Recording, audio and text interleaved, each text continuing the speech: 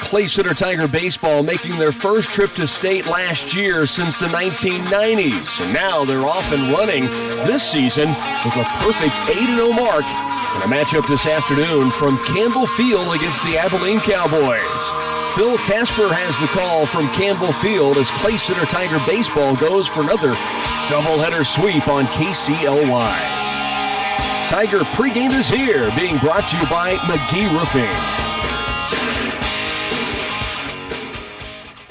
Replacing a roof is a substantial undertaking. It's one of the biggest financial commitments a homeowner will make. But the long-term value of a solid, attractive, and leak-free roof is well worth it. McGee Roofing offers residential and commercial roofing replacement, along with guttering and siding. With the colors and textures available in siding, you can customize the look of your home or business. For roof replacement or repair, gutters and siding, McGee Roofing is committed to customer satisfaction. Call them for an estimate.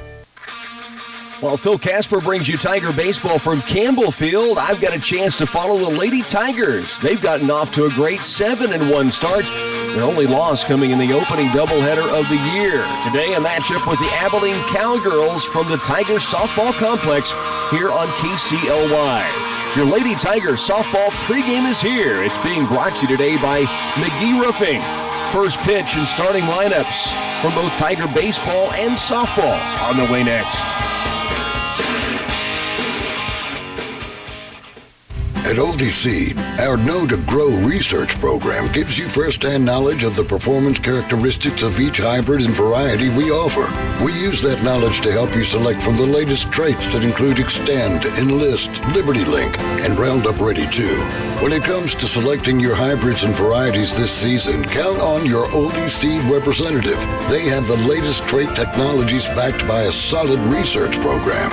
At Oldie Seed, we have your back. When it's time to replace your roof, see your authorized Duralast contractor. Geisler Roofing and Home Improvement in Concordia. Duralast features a highly reflective membrane that reflects up to 80% of the sun's harmful rays that can help reduce your air conditioning bill. Geisler Roofing and Home Improvement is your authorized Duralast contractor. Request a free estimate. Click our ad on the local news page, ncktoday.com. This is Dallas Hasselbank, and Geisler Roofing and Home Improvement has you covered with more than 37 years experience. And a good afternoon from Clay Center, the Tiger Softball Complex, along with Phil Casper over at Campbell Field. This is Rocky Downing. Our studio engineer is Bernie Pansella. Clay Center Lady Tiger Softball going through their final warm-ups here. Flip at Campbell Field. I'm guessing you're getting closing in on national anthem and opening pitch as well. Yeah, same thing, Rock. And I know that you're talking about the condition of that field up there. If you haven't been out to this yet, what these guys have done with Campbell Field, nothing short of amazing. And right now what Clay Center baseball is doing, they are playing extremely well. So great matchup here tonight with Clay Center and Abilene.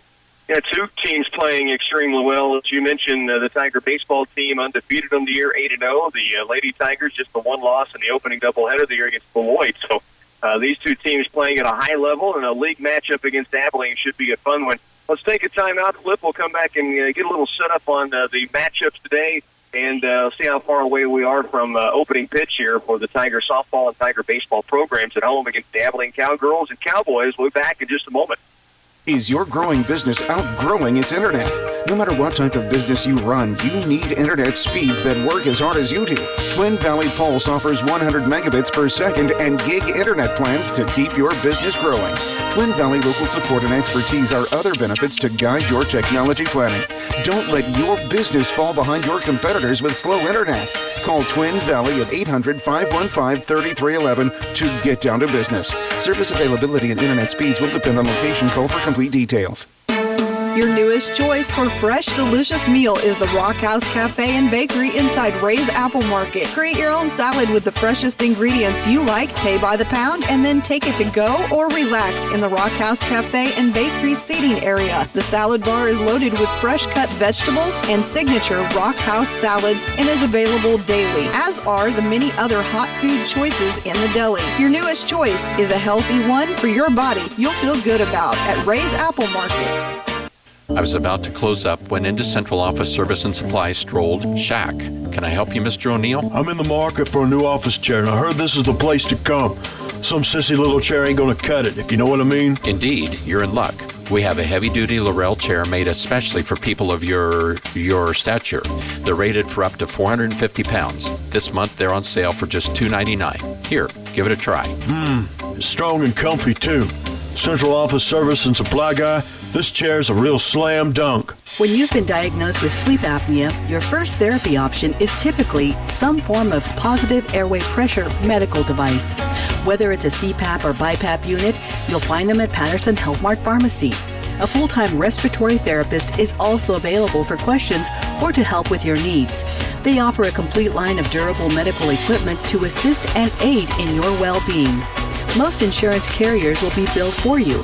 Just bring in your prescription to Patterson Health Mart Pharmacy and Radio Shack.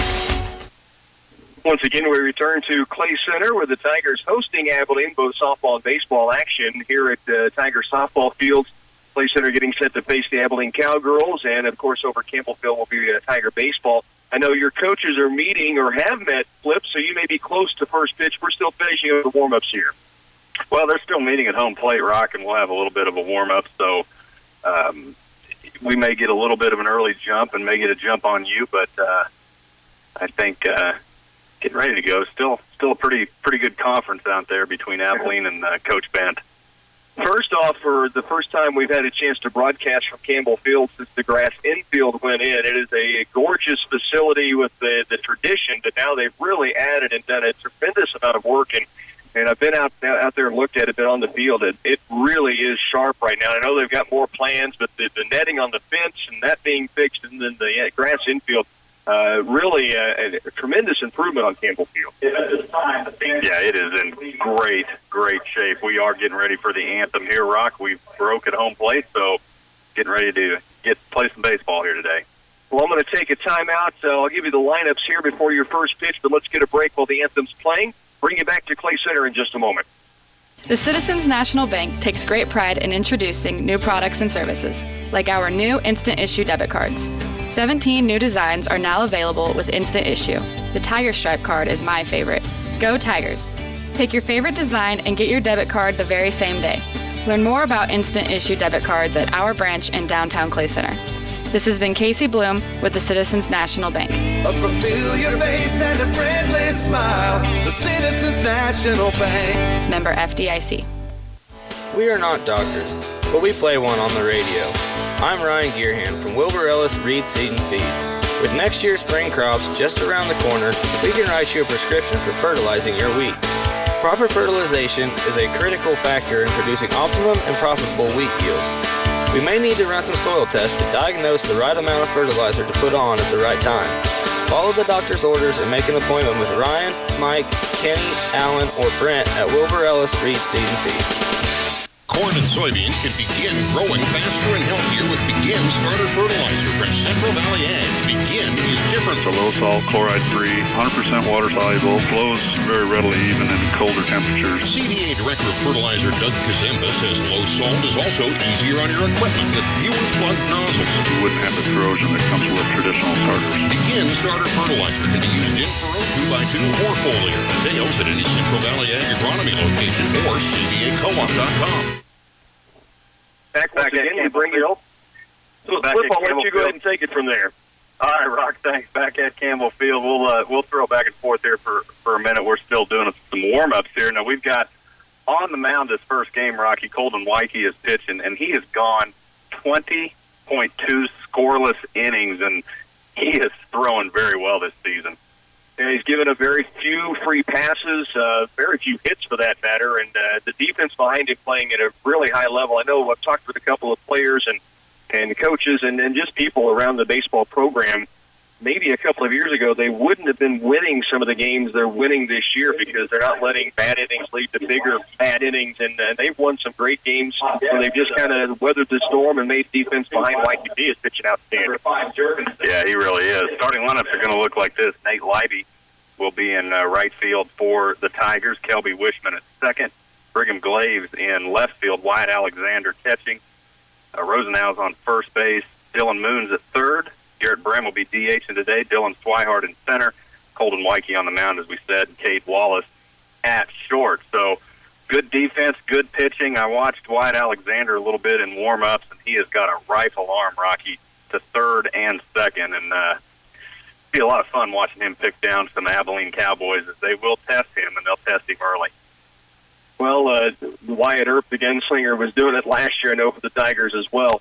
We're getting our anthem here, Flip. I'm going to send it over to you and let you take it from here. All right, Rock, thanks. We are ready to go. Wildman will lead off for the Cowboys. In Abilene Clay Center, set to go in this league matchup. Clay Center softball up at the complex. We'll check in with Rocky Downing when we get time. In the box, set to go. Wildman from the left side of the plate. Wyke's first pitch come in, swung on, strike one. So Wyke comes right down the gut with that first pitch. Wildman went after it. Well, that one will fall a little bit low and outside as Wyke trying to paint that outside corner, 1-1 count. Wind up on the way, inside, foul. So Wyke early, 1-2.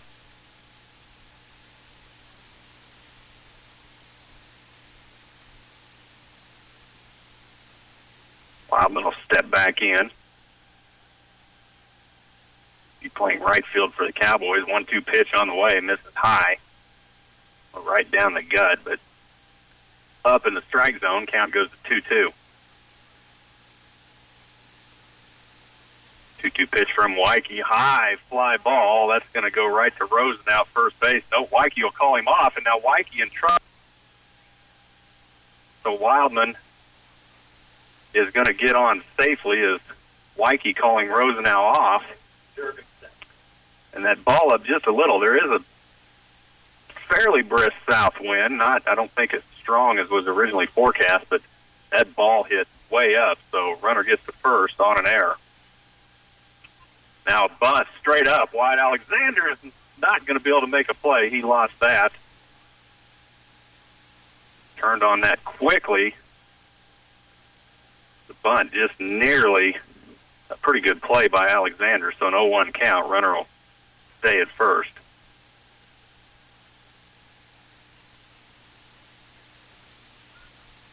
Wildman with not much of a lead. Pitch catches the right side of the plate. On Jurgensen, it's 0-2. Holding that runner on first, and now he'll throw over, and Wildman back safely. Jurgensen back in the box, 0-2 count. Pitch is down the middle. That's driven into right center field. Play on it. Diving catch in center field. And what a play.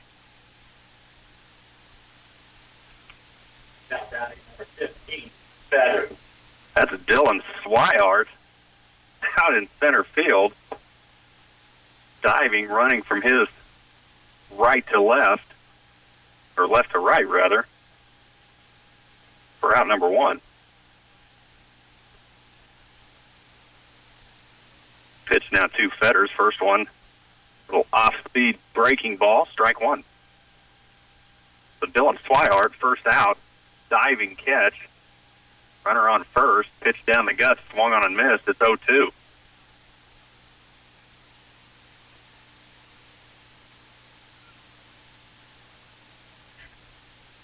Wildman still on first base, one out.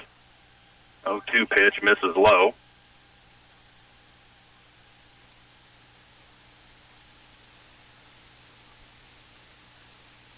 Count goes to 1-2. Runner on first, one out.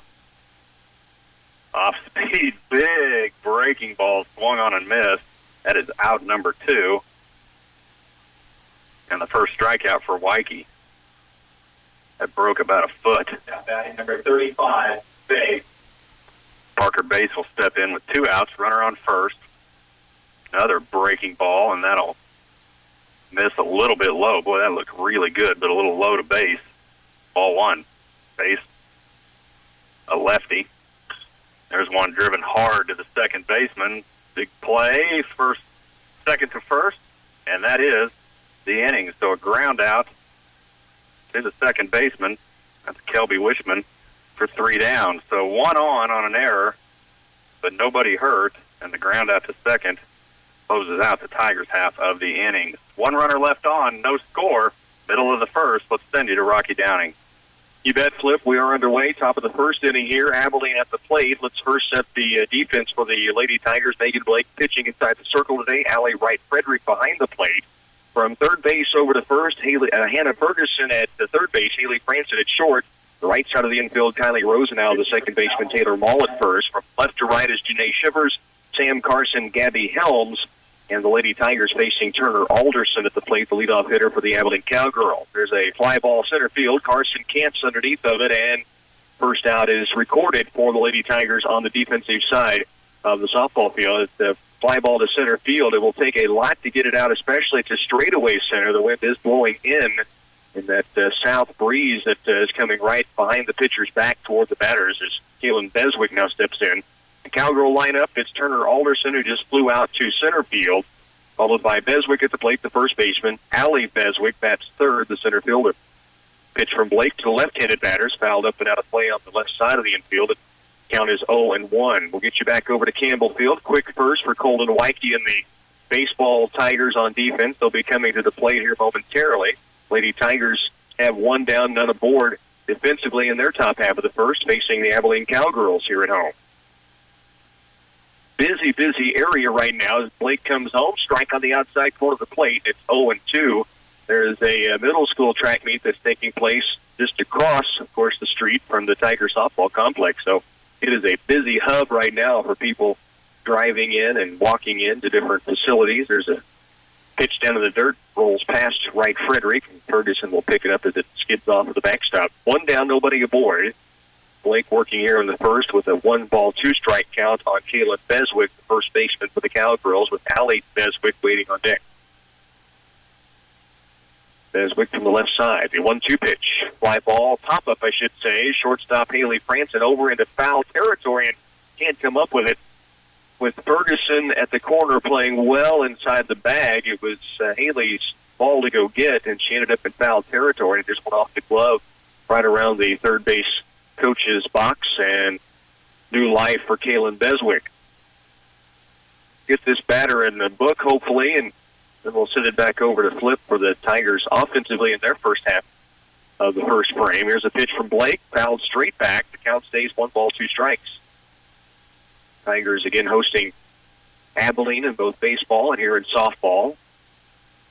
We'll have coverage again early May in the regular season, and of course all the postseason games we bring you live in those regional competitions for baseball and softball. Here's the 1-2 from Blake.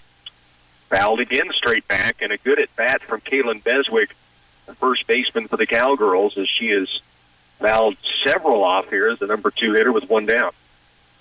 First batter, Turner Alderson, flew out to center field. Sam Carson took care of that. Blake pops the softball into the mid, now steps up, toes it, and rocks and brings the 1-2, and there's a soft line drive on the infield. Rosenau has it. There's 2 away. So 2 down, nobody aboard. It will be Allie Beswick coming to the plate for Abilene. Let's see who the Tigers have at the plates over at Campbell Field. All right, Rock, thanks. Nate Libby led things off, batting .471, a strikeout by Libby, and Kelby Wishman now stands in. Kelby batting .474 on the year. So 1 out, nobody on. Wishman at the plate. Frederick on the mound for Abilene. Pitch comes home, swung on. That's driven to third base, bobbled a little bit. Wishman's got to run and just get him. So nice play by the third baseman for Abilene.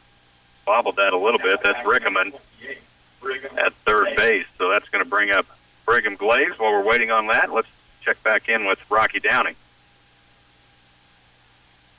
Here it's 2 outs and nobody aboard. The number 3 hitter is Allie Beswick from the right side of the plate.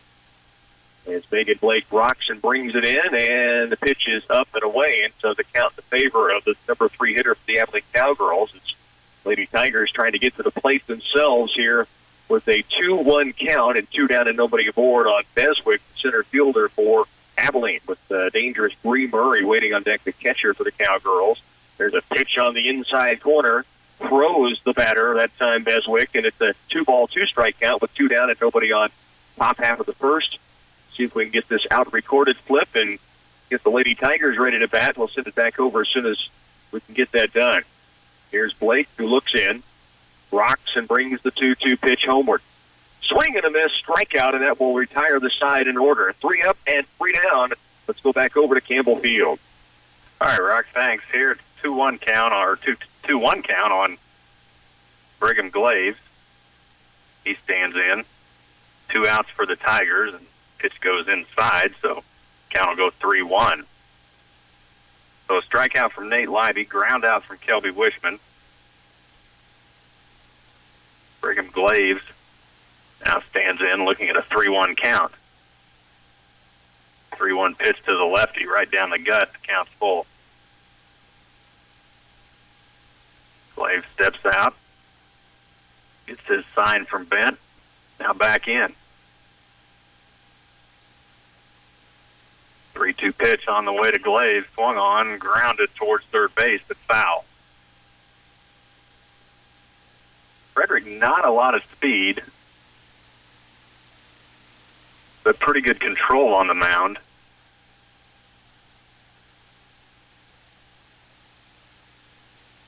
And good communication with his catcher, so back to 3-2 to Glaves.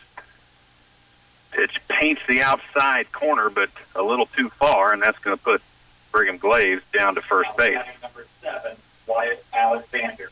So Wyatt Alexander, catching for the Tigers, will step in with 2 down, and Brigham Glaves stands on first. Runner and hitter get their signals from Coach Bent. Alexander steps in. Now sets. Frederick's throw home, catches that outside corner for a strike. Home plate umpire has been pretty consistent. It's a wide strike zone, but very consistent so far. The 0-1 count to Alexander. Runner on first. Pickoff play. He'll get Glaves back safely. Pretty good move by Frederick to first base.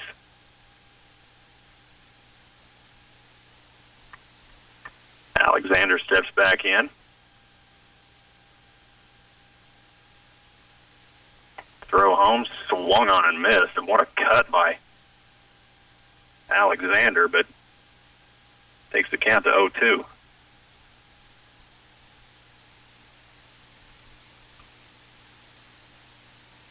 Glaves, not a huge leadoff. Now he takes another step off first base. Throw home, big breaking ball, but misses high.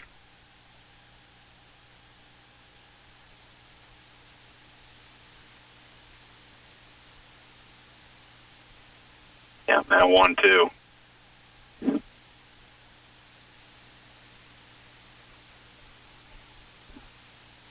Glaves takes his lead. 1-2 pitch on the way. That's driven into center field. Nice shot from Alexander. Glaves around second, but holds, so a base hit by Wyatt Alexander.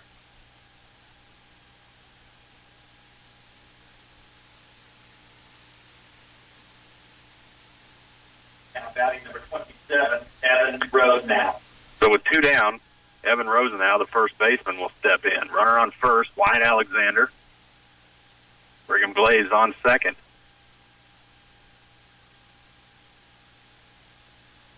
Pitch to Rosenau, misses out. Ball 1.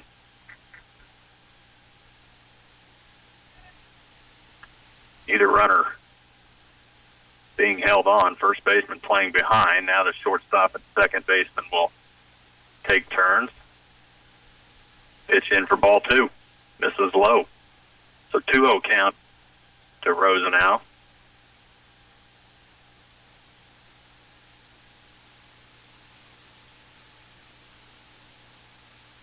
Alexander, pretty good lead. There's one that catches the outside corner, strike 1. Glaves getting a pretty good lead off second, but is being held by the second baseman. Now the second baseman will back off. Glaves will take another step. 2-1 pitch on the way. That's driven into right field, but that'll be well foul, so Good contact for Rosenau, but out of place. Strike two. 2-2 count. 2 down. Bottom half of the first here at Campbell Field. We'll get you back up to Rocky Downing. 2-2 pitch on the way to Rosenau. Swung on and missed, and that's strike three. So 1 inning in the books, and we're scoreless at Campbell Field. We'll take you back to Rocky Downing. Yeah, thanks, Cliff. And the Lady Tigers have things working. Nobody down, 2 runners aboard. Sam Carson led off the game with a single between third and short. Allie Wright Frederick trying to sacrifice, but had 4 straight pitches outside the strike zone. So she's on at first.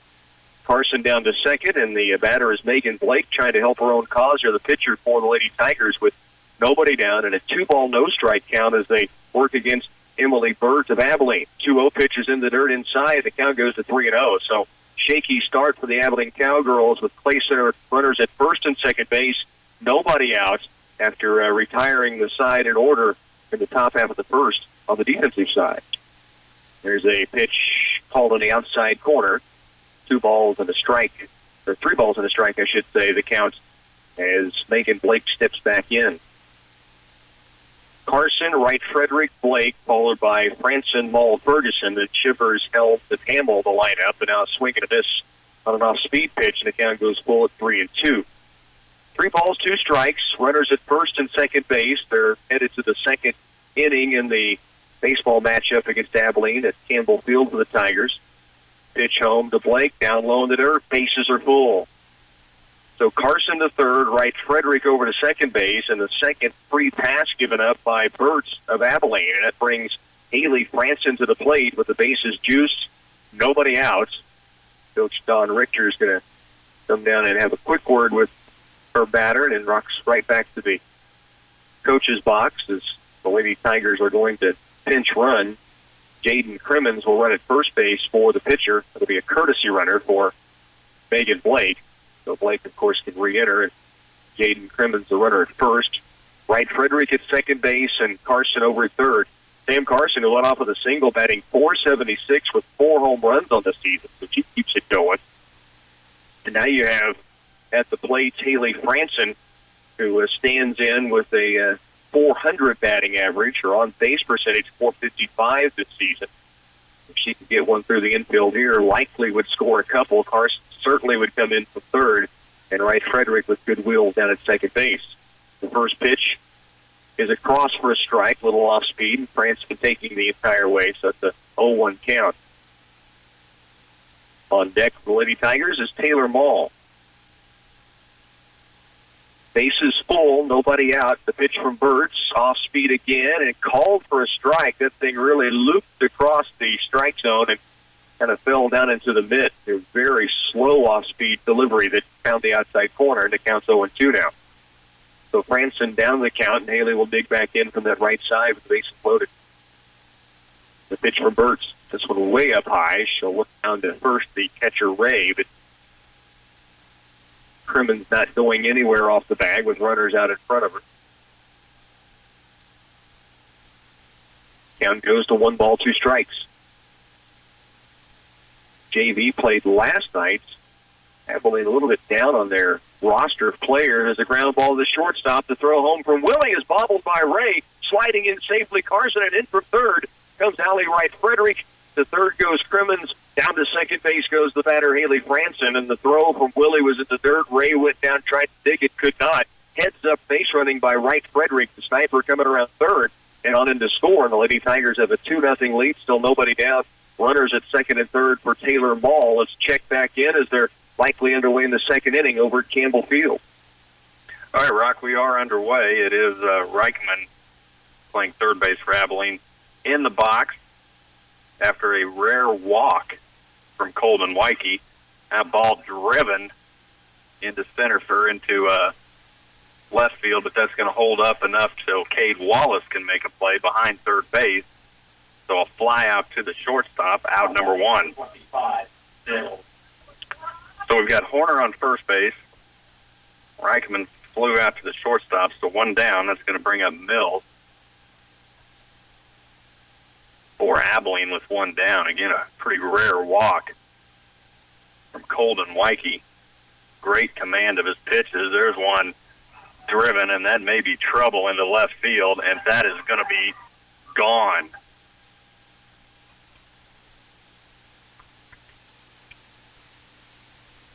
So Mills drives one out over left center. And just like that, Rocky, it's 2-0 Abilene. Colden Weike pitching really well, but again, slight breeze blowing out to left, and Mills got under that. So Abilene with a 2-0 lead with one out. Frederick now the batter for Abilene. Let's get you back up to Clay Center Lady Tiger softball and Rocky Downing. Well, it's a 4-0 start here for the Lady Tigers. They have just won out. Taylor Ball with a ground out to shortstop scored 2. Another throw to the plate that got away, and then the heads-up running Haley Franson would be the second runner to come across. Jaden Crimmins, who had courtesy run for the pitcher Megan Blake, also scoring. So 4 runs in, 1 down, and now Anna Ferguson at the plate with Janae Shivers waiting on deck. Pitch across at the knees for a strike. There was a timeout by Coach Taplin for the Cowgirls during the time that you were sending it over to us, as Weike and the Tigers giving up the 2 runs there in the second inning. Here, shot toward right field. Ferguson puts a charge into it. It's going to bounce off the wall. Ferguson around first. On her way to second base. She'll round it there and runs right through to third and stands up at third with a triple. Coach Don Richter had the hands up, I thought, with a stop sign. Ferguson knew where she was at, though, and made the turn without a stop and stands up at third with a triple. 1 down, 4 runs across here, Flip. And the Lady Tigers, Janae Shiver, stepping to the plate. We'll see if she can get Ferguson across, and then we'll send it back over and see where they are in the top half of the second inning at Campbell Field. And the Lady Tigers have a 4-0 lead and now a runner in scoring position at third in Hannah Ferguson. The pitch to Shivers down to the dirt, 1-0. Gabby Helms waits on deck, and then Erin Hamill, the designated hitter, the number 9 hitter in the lineup. 4-0 Clay Center, bottom half of the first. They've jumped out quick on the Abilene Cowgirls. There's the pitch to Shivers. Ball up and away. They throw down behind the runner at third. Very close play. Ferguson diving back in. The ball actually got away from Jensen Roth, the third baseman. It would have been a bang-bang tag at third, but Ferguson is safe down there with a 2-0 count now on Shivers at the plate. 1 down here in the bottom of the first. And a pitch across for a strike to Janae. It's 2 balls and a strike. Again, Ferguson, the runner at third, just tripling a moment ago. That's the second hit of the inning. There's been 2 walks and an error by Abilene thus far. So Clay Center taking advantage of some miscues by the Cowgirls and a couple of big hits. There's a strike in on Shivers. It's 2-2. Janae Shivers, the left fielder for the Lady Tigers, in that number 7 hole in the lineup, followed by Gabby Helms, the right fielder. And the DH is mentioned is Erin Hamill. Here is the 2-2 on its way. And off-speed pitch called for a strike on the outside corner. So 2 down, a runner still at third with Gabby Helms coming to the plate. Let's check back in at Campbell Field. All right, Rock, thanks. 2 down. Runner on second is Frederick with a single after we send it back to you. And now a stolen base. So a fly out and a strikeout for Colden Weike, but he gave up a 2-run homer in this inning. So Wildman's up with 2 down. Count now 1-1. 1-1 pitch inside, but swung on by Wildman for strike 2. Top of the second, 2-0. Abilene with the lead. 1-2 pitch on the way, misses inside, tried to go there again. Now goes 2-2.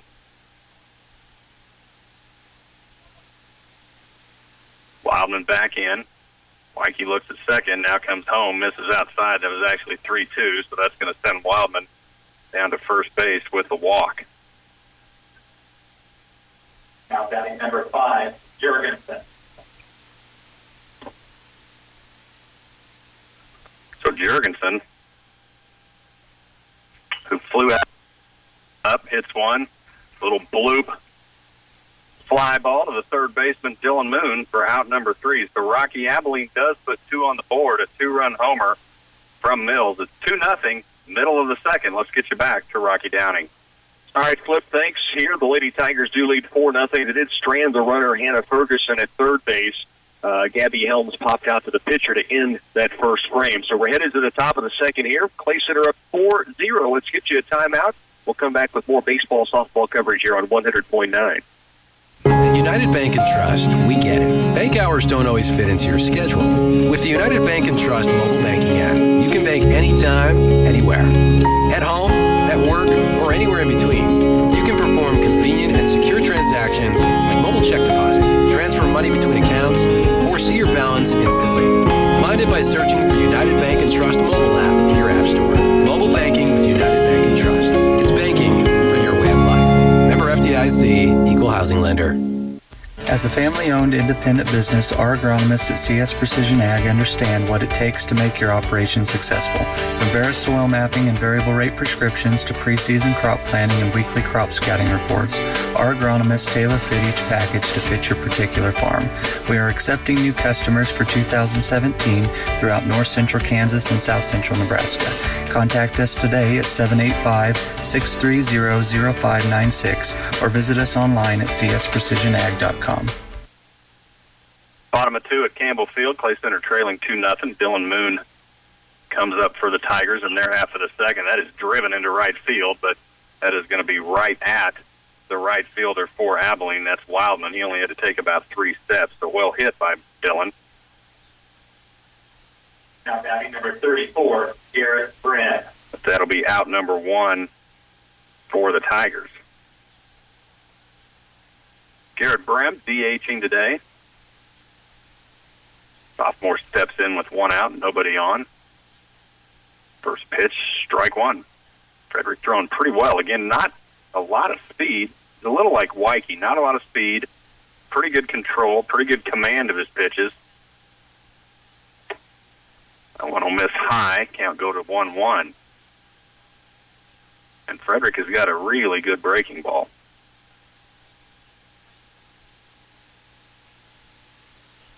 It's 2 Brim on the way. That's a fly ball that's going to go out of play. And the count goes to 1-2. Clay Center down 2-0. In the bottom of second. Brim now behind in the count, 1-2. Pitch on the way, and that is going to be down the middle, and Brim will watch that one go by for out number 2. Now batting number 10, Dylan Swihart. So Dylan Swihart playing center field, a great play in that first inning, diving catch from Swihart. He'll step in with 2 down.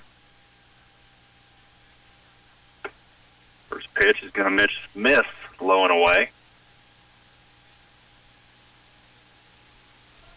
Swihart, a sophomore.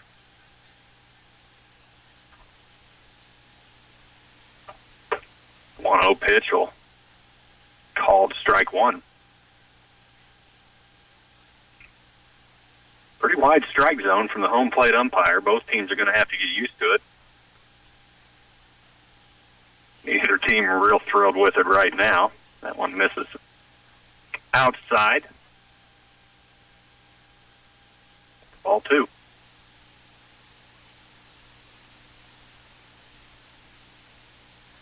Swihart steps back in. Pitch from Frederick on the way. Fouled away. Check swing, but Swihart caught a little bit of it. Count will go to 2-2. 2 down, 2-2 count. 2-0 Abilene lead, bottom of second.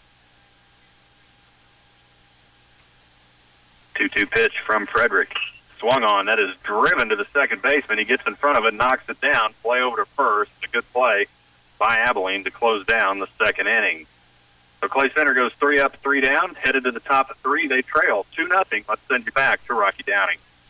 All right, Flip, we appreciate it here. The Lady Tigers do lead 4-0, but Abilene's got something cooking in their half of the second inning. The leadoff hitter, Bree Burry, reaching and then sacrificed to second by Emily Burge, and then Macy Debenham drilled one right back up the middle. Megan Blake and Haley Franson both got gloves on it, but a single up the middle on the infield puts runners at first and third. Now a hot shot to third base, picked up, and a fire to first. Good play by Ferguson. There's 2 down, and it freezes the runners at second and third. So a big time out brings up 2 down for Hannah Willie, the shortstop. Jensen Roth hit that sharp grounder to third, but at the hot corner, it was Ferguson who gloved it, really knocked it down initially. The runners obviously can't advance when it's hit to their side of the field, so they had to freeze. Ferguson picked it up, fires to first. There's 2 away. Batter is Willie. First pitch in for a strike from Megan Blake, so 0-1 the count, 2 down. And runners at second and third with Clay Center on top here 4-0. We're at the top half of the second inning.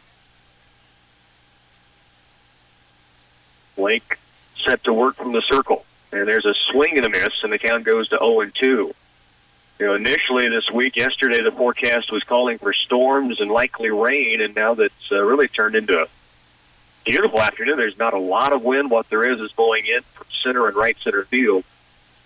Partially sunny sky as Blake delivers the 0-2, fouled straight back, and it remains no balls, 2 strikes. Clay Center scored 4 in their half of the first on 2 hits and error, 2 free passes. They stranded 1 runner in that inning, but lead it 4-0.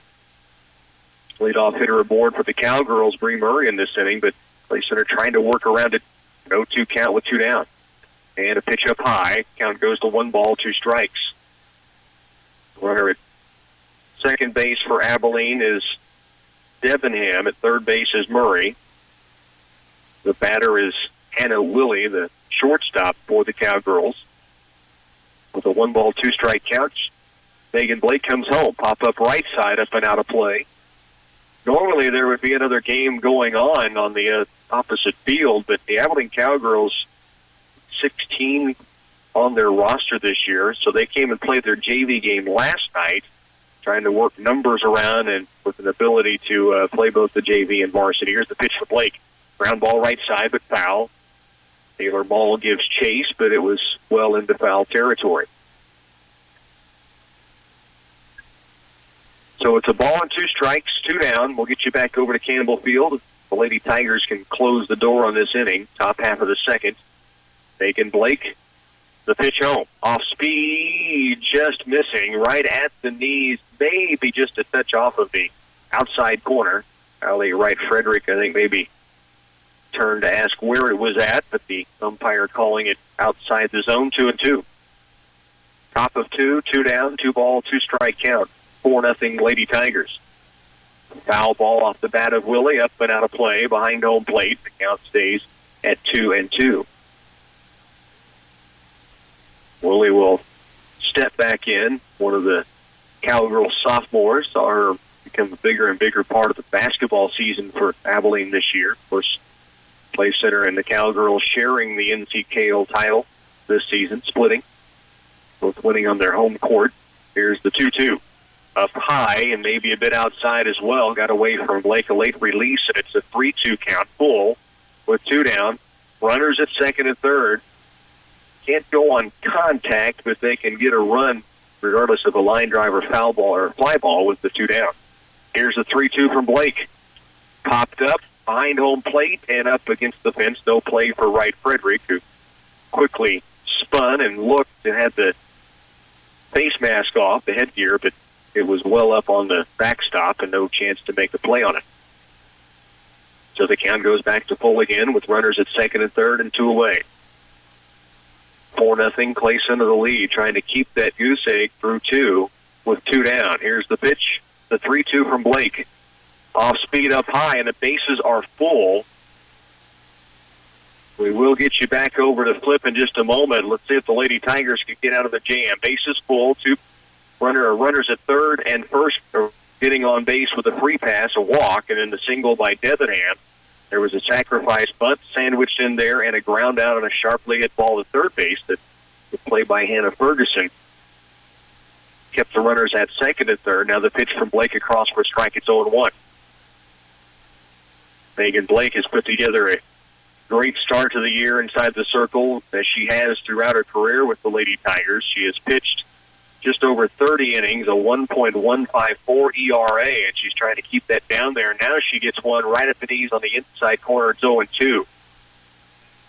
Blake with 3 wins, no losses on the season, has only allowed 10 walks in those 30 innings of work. Here's the pitch home, the 0-2. Down inside, 1 ball, 2 strikes with 2 down. And again, the base is full in the top of the second for Abilene. Lady Tigers on defense have Janae Shivers in left, Sam Carson in center field, Gabby Helms over in right. 1 ball, 2 strike pitch from Blake. Fouled, squirted off the right side toward the Cowgirl dugout, and the count stays at 1-2. The infield for Clayser at the corners, Hannah Ferguson at third, Taylor Ball at first. Up the middle, Haley Franson, the shortstop, Kylie Rosenau, the second baseman. Allie Wright Frederick behind the plate, and Megan Blake, as you've heard mentioned, inside the circle pitching for Clay Center today. 1 ball, 2 strikes, trying to get out of the second inning jam. The bases full, 2 down. Pitch from Blake. Off speed, tipped and off the glove of Wright Frederick. That'll be a dead ball situation. Bree Murray did come in and come across home plate, but knowing it was a foul ball, now scampers back to third. So bases full, and we go back to a 1 ball, 2 strike count with 2 down. The top of 2. Megan Blake looks in. The signal from her catcher, Wright Frederick. Blake set to work. The 1-2. Fouled right side. Good at bat from Willie once again as she stays alive. Has had an 0-2 count for much of this at bat, then got the 1 pitch up and out of the strike zone. That's right after Blake had given up a walk, her second of the inning. Now 1 ball, 2 strikes, and 2 down. Megan Blake still trying to work out of this little pickle she's in with the bases full. Here's the 1-2 from Blake. Down in the dirt. Good block by Wright Frederick. The count evens up. 2 balls, 2 strikes here in the top of the second. Outfield maybe shaded a touch toward left, but pretty much straight away. The corner's even at the bags. And then, of course, up the middle at the normal depth for Franson at short. Rosenau at second. Here's the 2-2. Strike on the inside corner, and Megan Blake gets them out of the inning. No runs, although the bases go full for Abilene. We're headed to the bottom of 2 with Clay Center on top here, 4-0. Right now headed back over to Campbell Field. All right, Rock, thanks. We've got 2 outs in the top of the third. Colden Wyke strikeout. Nate Livey just about beat 1 out from a ground ball to the shortstop, but close play.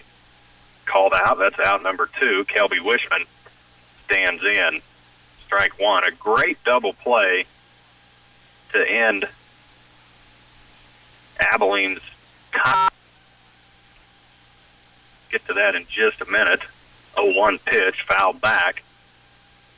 Parker Bass was on first with 1 out and a high fly ball into right field to Nate Livey, and for some reason, whether Bass was sent or whether he thought there were 2 outs, was on a dead run to second, caught by Livey, threw to first, and a double play.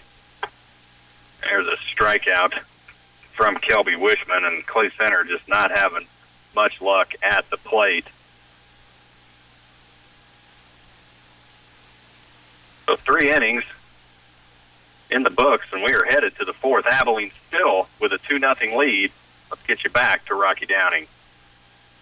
Great flip. The Lady Tigers getting set to come to the plate here in their half of the second after working out of the jam there on the top of 2. They had the bases full, Abilene, and then the Lady Tigers worked around it.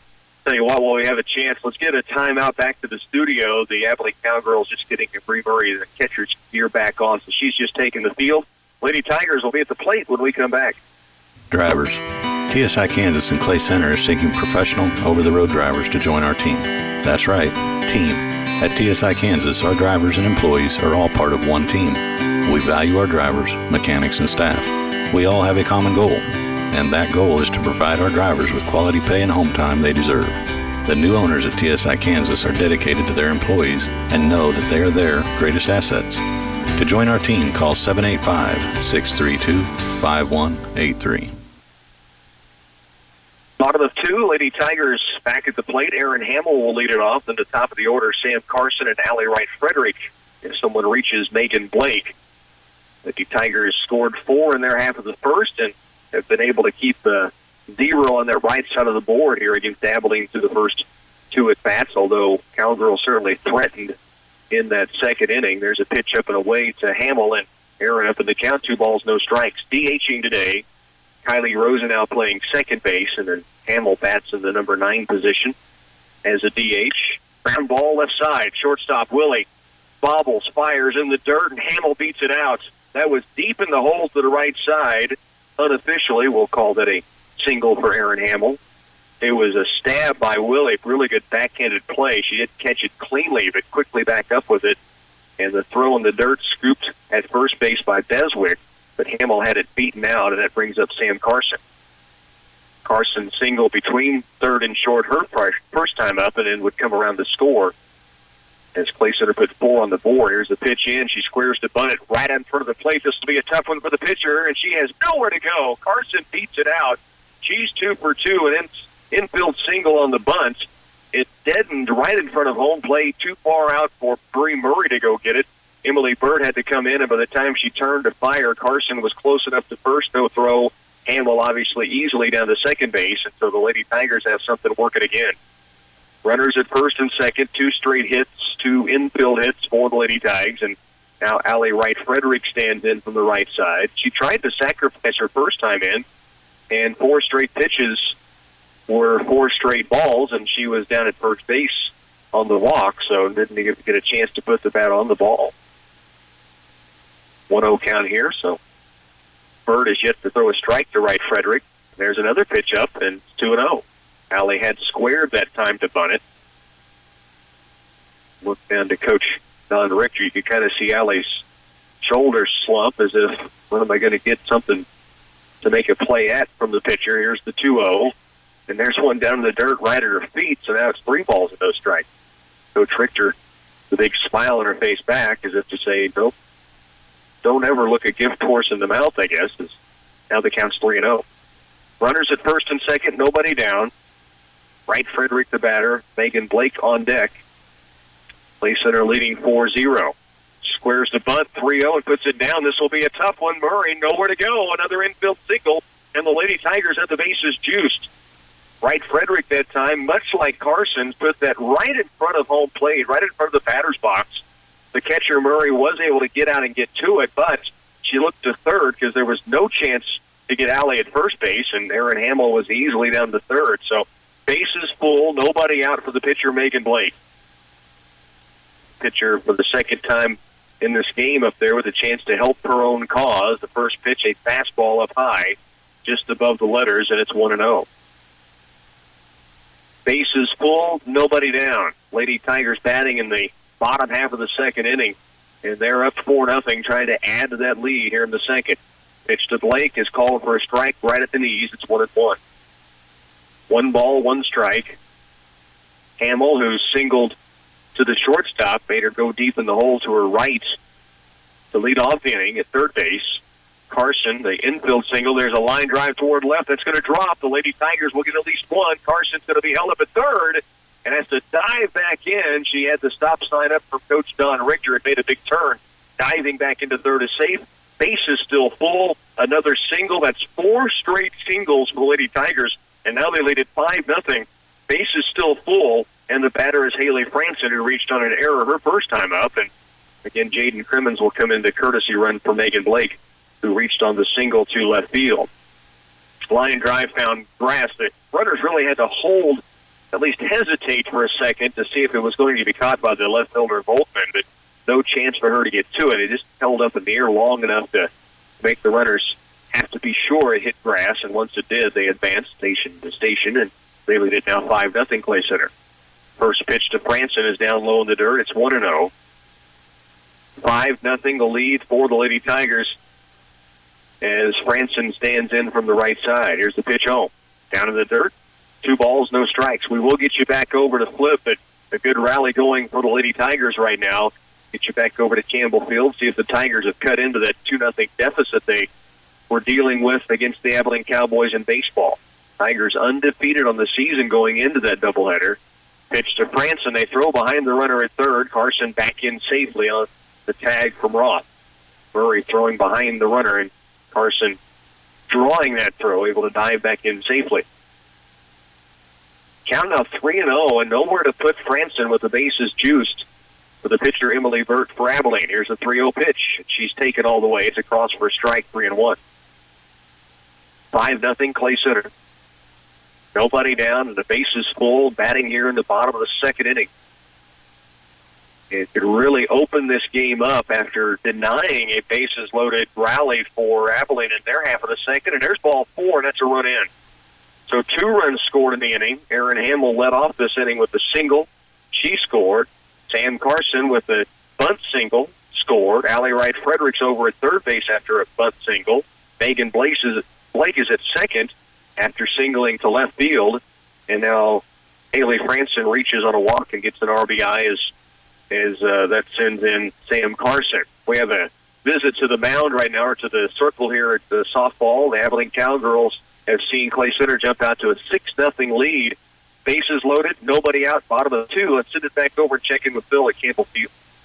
All right, Rock, we'll get it right back to you. Again, another double play by the Tigers to end an inning, and now they're up to bat, and there's a hard drive by Brigham Glaze, and that's going to get through third baseman and the shortstop, and that is only the second hit for the Tigers. Brigham Glaze with the single, so Clay Center in business with nobody out. Brigham Glaze with a single, Wyatt Alexander up. He singled the first time.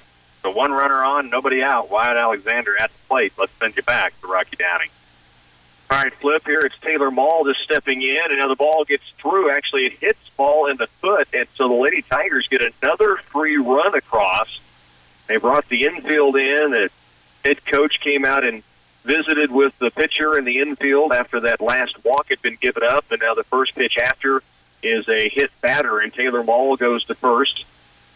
Allie Wright Frederick scores from third. Blake to third. Franson to second, and the Lady Tigers have the merry-go-round hopping right now, and it's a 1-0 count on Ferguson. Remember, she tripled her last time up, a shot over the right fielder's head that landed her on third base. She was stranded there, and now she has a 2-0 count as the pitch misses low and away. The Lady Tigers have jumped out to a 7-0 lead, and they could really break this thing wide open if they can find a couple of hits and really get the base paths blazing. It's been station to station. There is a long fly ball left field. It may be. It is off the wall. 1 run is in. 2 runs coming around third. They throw home, and they will get Franson at home plate. And now runners at first and third, but a deep shot. I thought for a moment we were going to see a grand slam off the bat of Ferguson. It caught the top of the wall and bounced to the warning track, and she stands at first base as the runners heading into hold for the outfielder trying to flag it down. Then a good relay home gets Franson at home plate, so there is 1 down, but the Lady Tigers do get Jaden Crimmins scoring, who was courtesy running for Megan Blake. Ferguson's on with her second hit of the game, and now to the plate comes Janae Shivers. Runners at the corners, first and third, 8-0 Clay Center. 1 down, bottom of the second. Burt looks in. Shivers squares to bunt. It's in the dirt. Good block by Bree Murray for Abilene. Keeps ball down at third base and Ferguson over at first. On deck behind Shivers is Gabby Helms. Janae looked at a call on the very inside black of the plate her first time up to strike out. There's a line shot right field. That could get the gap, no, but it will score one. Ferguson around second. They will throw to third. She is in safely, and then Shivers on down to second base. Janae Shivers, a line shot to right field for a single. That scores 1. And then it's Taylor Mall who comes in to score, and down to third base goes Ferguson. And the Lady Tigers now lead 9-0 here in the bottom of the second inning with just 1 out and runners now at second and third. Shivers the single, and then smartly rounding first and took second on the throw down to third. Ferguson sliding in. The ball came loose on the tag, and she's in there safely. The Lady Tigers 2 runners in scoring position, and there is a throw right at the helmet of the batter, Helms. Now Shivers off second base. They throw behind her, but she's diving back in safely. The ball got away from Murray. It bounced right off the backstop, right into the catcher's mitts. Ferguson had to hold at third. Shivers was off and running to third, and then was blazing back to second base and was able to go head first in and get by the tag and stays safely at second. So runners at second and third, a 1-0 count to Helms. Slap bunt toward the pitcher. It's caught. They'll throw to second, but Shivers wisely back in with the ball snagged by the pitcher, Burt. So Helms got a pretty good slap at it, but right at the pitcher, and there's 2 down. 2 away with runners at second and third, and the batter who started this whole mess, Erin Hamill, back at the plate. So the 10th Lady Tiger to reach the dish. Well, a single here would be big. It would bring 2 more in with 2 down, and the Lady Tigers up 9-0. First pitch is low and inside 1-0. Hamill hit it sharply in the hole between third and short. Willie at shortstop had a good backhanded stab at it, knocked it to the turf, and then picked it quickly up, and Hamill had already beaten it out to first base for an infield single. Now a 2-0 count as the pitch is outside. Ferguson at third. At second base is Janae Shivers. Ferguson hit a single off the wall. The runners, she couldn't advance because the runners really had to hold up to see if the outfielder could get to it. Almost a grand slam. Again, the wind blowing in from center field and from right center, so it was a left center field shot that just wouldn't quite get out of the park. But the Lady Tigers have had a second straight big inning. It could be bigger here if Hamill could get one through. 3-0 pitch and a strike called in the outside corner. Hamill taking all the way with 2 down and a 3-ball, 1-strike counts. Runners at second and third. Bottom of the second, Clay Center leads at 9-0. Getting back over to Campbell Field after the Lady Tigers wrap up this frame. Here's the pitch to Hamill. That is ball 4, and the bases are full again.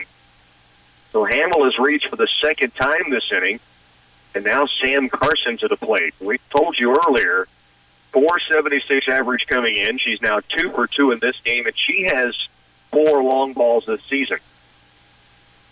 Long look down to third base to Coach Don Richter. Sam Carson, the leadoff hitter, has singled twice, scored twice. As the base is full in front of her, and they can be off with contact for 2 away. First pitch is just below the knees, and that is a 1-0 count.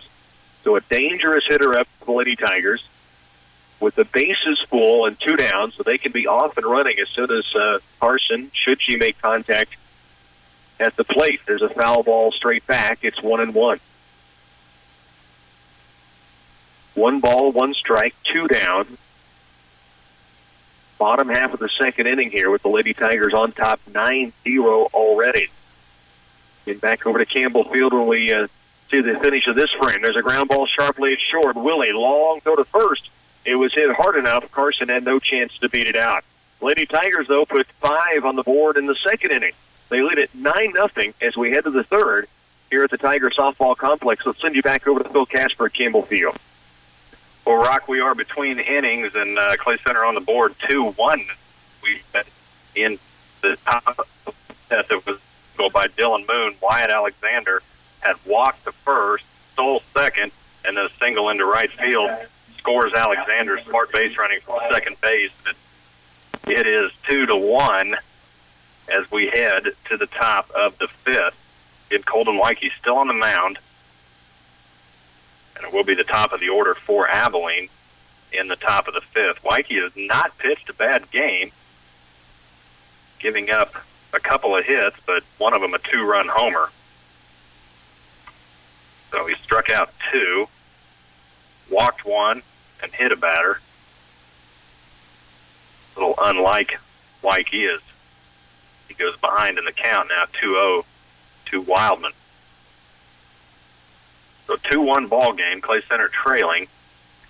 Top of 5 here at Campbell Field. We'll get it back to Rocky Downing in just a bit, but a long second inning, and Clay Center Lady Tigers up 9-0 on Abilene in that one. 3-0 now, the count to Wildman. 3-0 pitch in for strike 1. Here in the top of the 5th, 2-1 Abilene lead.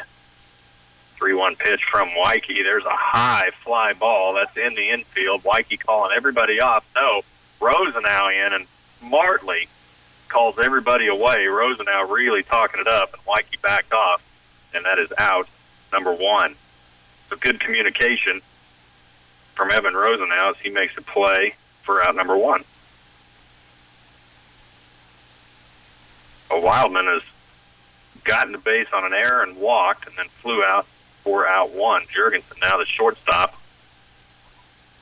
And strike 1 to the right-handed batter.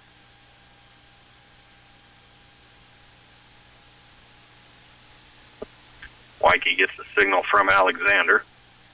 Pitch on the way, driven hard to the third baseman, and a nice play by Dylan Moon. Throw over to first, and Moon slipped a little bit, made that play on his knees, and able to throw to first for out number 2. The Clay Center coming up with some big defensive plays in this game. A couple of really good double plays, one from Nate Libby, one from Dylan Moon. And now 2 down as Fetters comes up. He's struck out and flown out. A little slow hanging curveball in for strike 1. A great looking pitch from Wyke here in the 5th. 0-1 pitch. He tries it again, and he's going to hit his second batter. That one just hung. So Fetters will walk down to first. Now batting number 35, Bass. So Parker Bass comes in. Bass has grounded out and walked, and then he was picked off on a double play in the 3rd. So runner on first, 2 down. Pitch to Bass, high fly ball, left side of the field. That's going to be well out of play. Bass, a lefty. Stands back in. 2 down, runner on first. Top of 5, Clay Center trailing 2-1 and nearly hit again. That would have been Wyke's 3rd batter that he's hit, but Bass got out of the way of that one. 1-1 count. Wyke really not paying attention.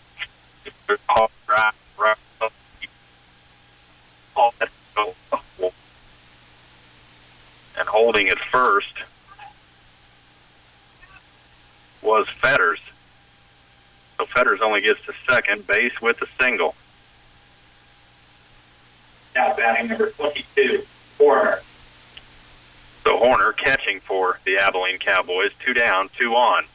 That was a well-hit ball by Base. Now Alexander will head out to the mound. As I don't think Wyke gets real rattled. I think there might have been some miscommunication on the pitch call on that one. So Alexander goes out. Horner has walked and flown out to right field. Pitch home is going to miss outside. 2 down, runner on first and second.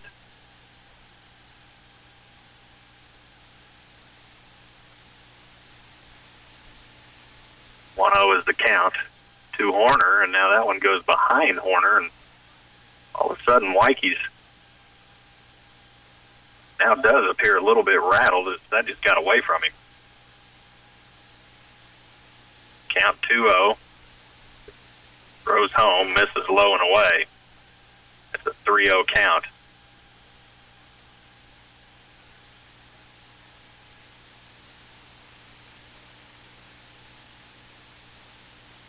Pitch on the way, in for strike 1. Horner thought that was a little low, but that was right down the gut. 3-1 pitch on the way. Quickly, Wyke back up in there, and Wyke a little annoyed at the moment. That's going to be fouled away. Count will go full.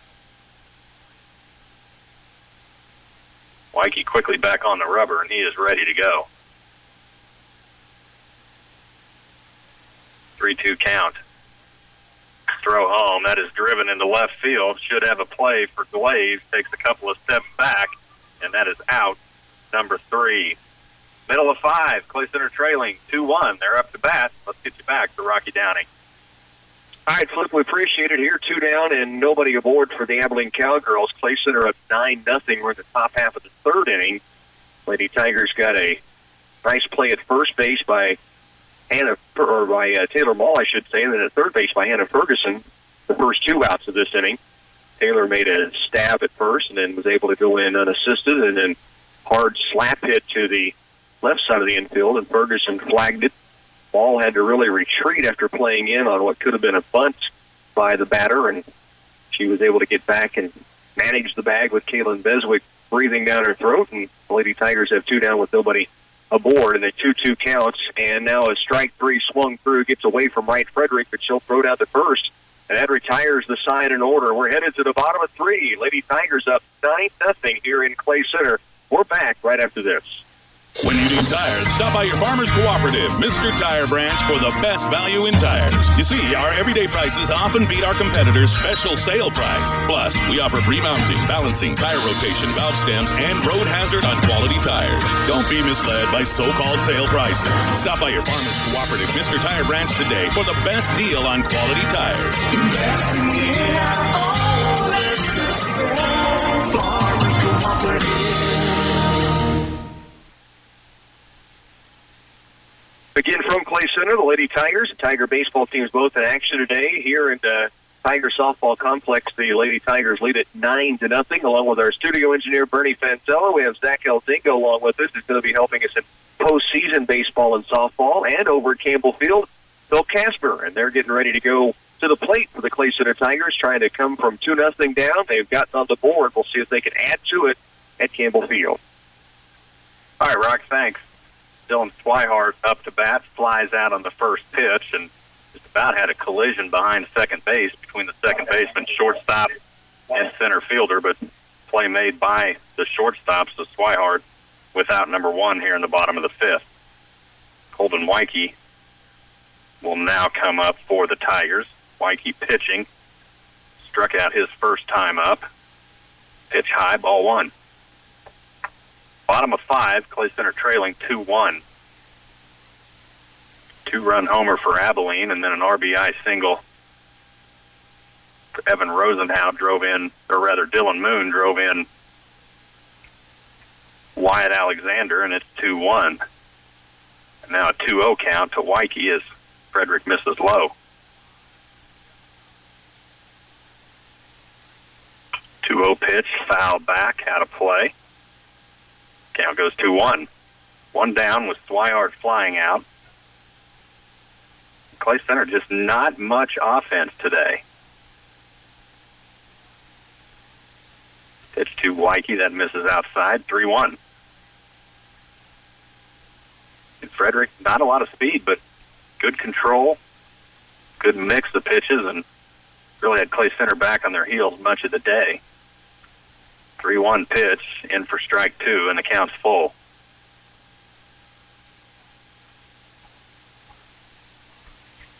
One out, nobody on. Full count to Colton Weike. Pitch on the way, swung on and fouled. Weike just protecting on that one. He's about got a swing at that. Probably a little low and away, but that's too close to the umpire's strike zone. 3-2 pitch that's driven for a base hit in between second and short, out into center field, and Colton Weike on safely. So back to the top of the order. And Nate Leiby, who struggled, now a pinch runner for Weike. Jake Ferguson will pinch run for Weike. So Leiby struck out and grounded out. Hit a hard grounder last time to the shortstop, but a pretty good play. Jake Ferguson now pretty good lead. He's got Frederick's attention. First pitch misses out. So Leiby stands in, one out. Pinch runner for Weike is Jake Ferguson on first base. Ferguson, pretty good lead. He's got Frederick's attention. Now he'll throw over to first. Ferguson back in easily.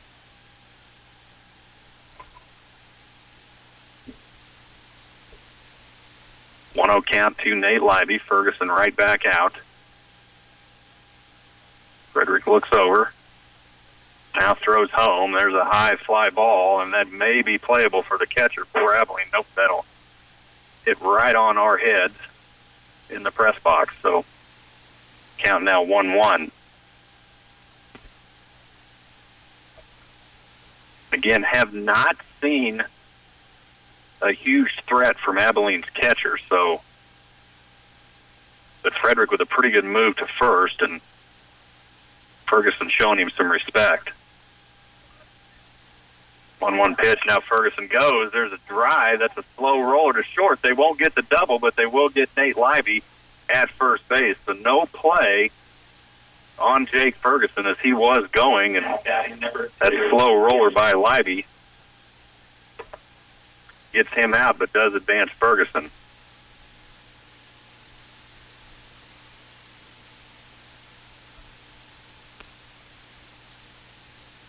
So now Kelby Wishman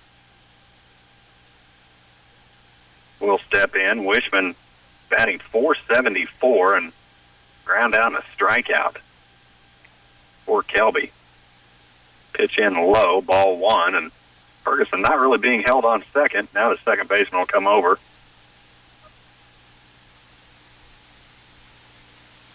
So Ferguson's got a pretty good lead. Now the shortstop will come up behind him. Now Ferguson a little bigger lead, and now Frederick will step off and send him back. His second baseman had left. Shortstop directly behind Jake. The second baseman and the shortstop. Pitch comes home, ball two. So Ferguson's really got everybody's attention right now. Second baseman and shortstop really playing some games. Now the shortstop will stay at second. Now he'll come off in front of Ferguson. Second baseman back off, and now falling off the mound is Frederick. And that's ball three. He was fortunate just to get that into the catcher's glove, literally falling off the mound. So a 3-0 count, and Jake Ferguson doing a great job at second base. He's really taken three players out of that. Now they'll back off. He'll get a good lead, and 3-0 pitch in for strike one.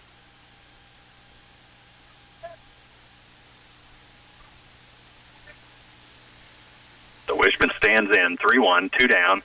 Jake Ferguson on second. Second baseman holding him on. Ferguson still a good lead.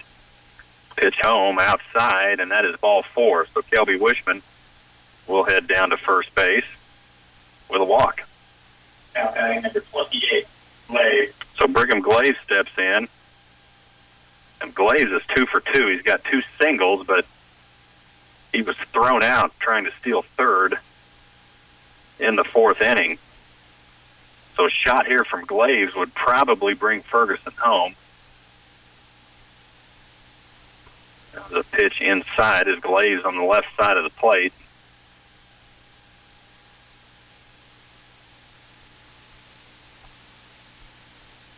Shortstop is really out of position right now as continues to talk to Jake Ferguson. Strike one swung on, 1-1 count to Glaze. The second baseman off over on the right side of the field. Shortstop now stands on second base. Ferguson holds his ground. Pitch in. That's driven out into center field. Maybe a play, and it is. Boy, pretty good shot by Brigham Glaze, but drops into the glove of the center field. So 5 innings in the books. Clay Center trailing 2-1. Let's get you back to Rocky Downing. All right, Flip, the Abilene Cowgirls at the plate here in the top half of the fourth. The Lady Tigers did get 1 run in their third. They lead at 10-0. There's a pop-up on the infield, maybe into the outfield. That's going to be Haley Franson calling off the second baseman Rosenau, and the out is recorded on the pop-out on the infield. So 1 away, that was Bree Murray, the catcher, who popped it up on the infield, and Haley Franson makes the catch. 1 down. Lady Tigers scoring in their half of the third after Megan Blake doubled off the fence of left center field, and then Taylor Mall slapped a single through, and that brought Blake into score, and the Lady Tigers again lead at 10-0. Here's the pitch from Blake. Pop foul off the bat of the number 5 hitter, Emily Birds. And I'll correct that again. Burt not pitching anymore. Jade Bopat, the freshman, came in and pitched that last frame, and so she now bats in Burt's place here in the fourth inning. Bopat from the right side. The 0-1 pitch. Liner to the right side of the infield, and Rosenau flags it. There's 2 down. Riley took about 1 step to her right, a little backhanded, like playing catch right at her, and there's 2 away. So a pop out to short, a line out to second, and 2 quickly down with Macy Debenham, who did single her last time up. She was stranded at second when Abilene got the bases loaded and couldn't get one across. Now the pitch from Blake is up high, 1-0. Debenham, the right fielder for the Cowgirls. Tiger baseball battling with Abilene there, and a good one at Campbell Field. We'll continue to get you back over there with Flip here in just a moment. Here's the 1-0 pitch, ground ball up the middle, and a single through. The second hit of the game now for Debenham of the Cowgirls, and a runner on with 2 down. Jensen Roth will be at the plate. She grounded sharply right at Hannah Ferguson last time. Ferguson was able to pick up the short hop and fire to first. That stranded runners at second and third, and then the bases went full, and Megan Blake got the strikeout to get out of the inning, and Clay Center kept the shutout alive, and they lead it 10-0 in the top of the fourth with 2 down and 1 runner on. Blake, the first pitch in, fly ball left side, actually popped up. That's going to be on the grass, but Branson will back up and wave off Shivers in left field, and Branson brings down the catch. Her second catch of the inning, and there's 3 away. So 1 runner stranded at first. Lady Tigers lead it here 10-0. We're headed to the bottom of the 4 in Clay Center. We're also headed back to Campbell Field. All right, Rock, thanks. 1 out here. Mills up for Abilene. Swung on and missed. 2-1 count. Mills with the 2-run homer, and then drove one to the wall, but flew out 2 glaives in his second at bat, and now up in the count 3-1.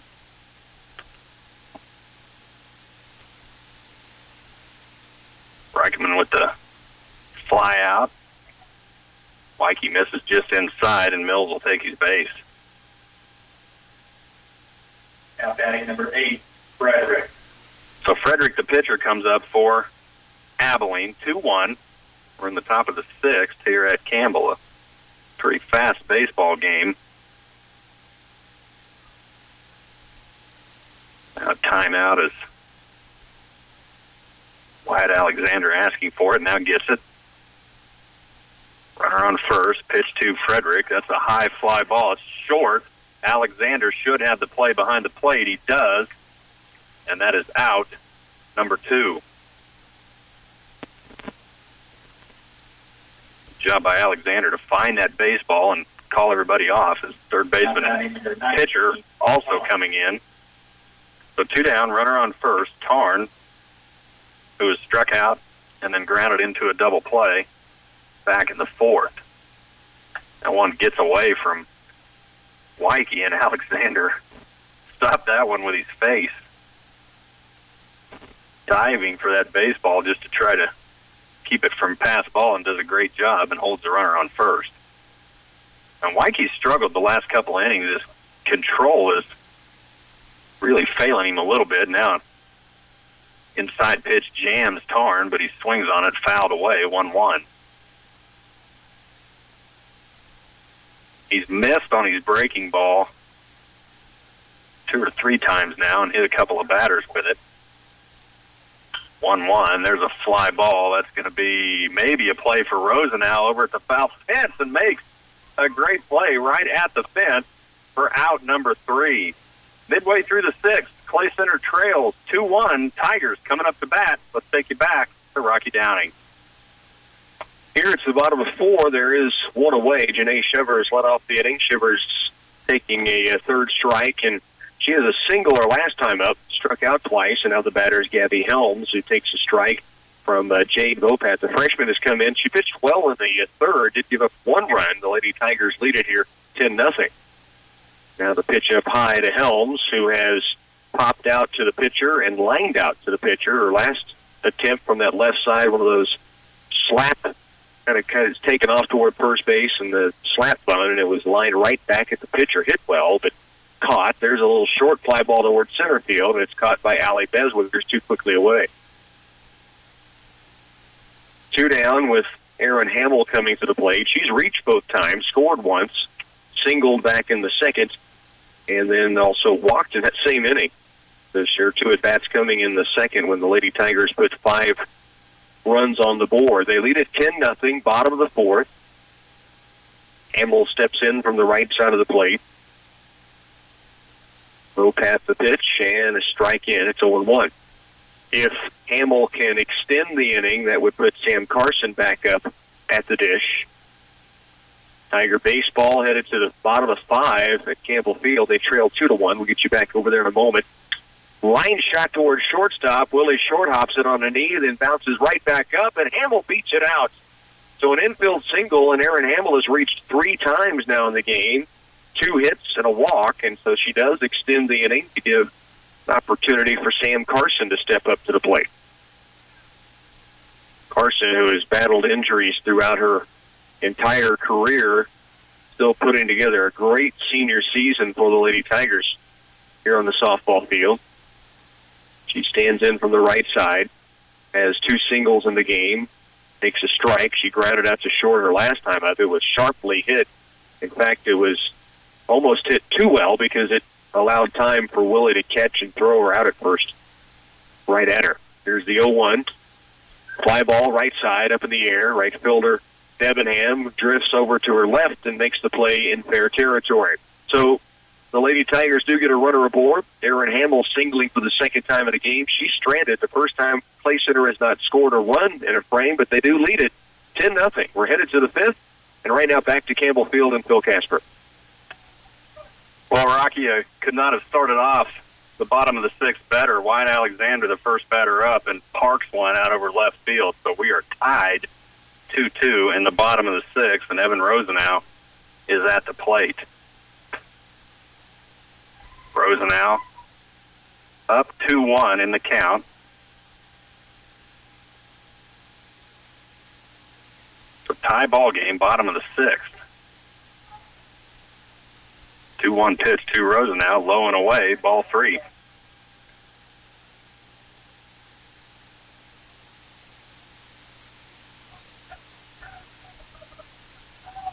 The 3-1 for Rosenau. Swung on and missed, strike 2. He's struck out, flown out.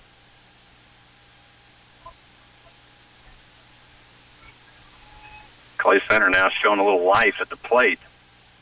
3-2 pitch, low and away, ball 4, and Evan Rosenau hits first base.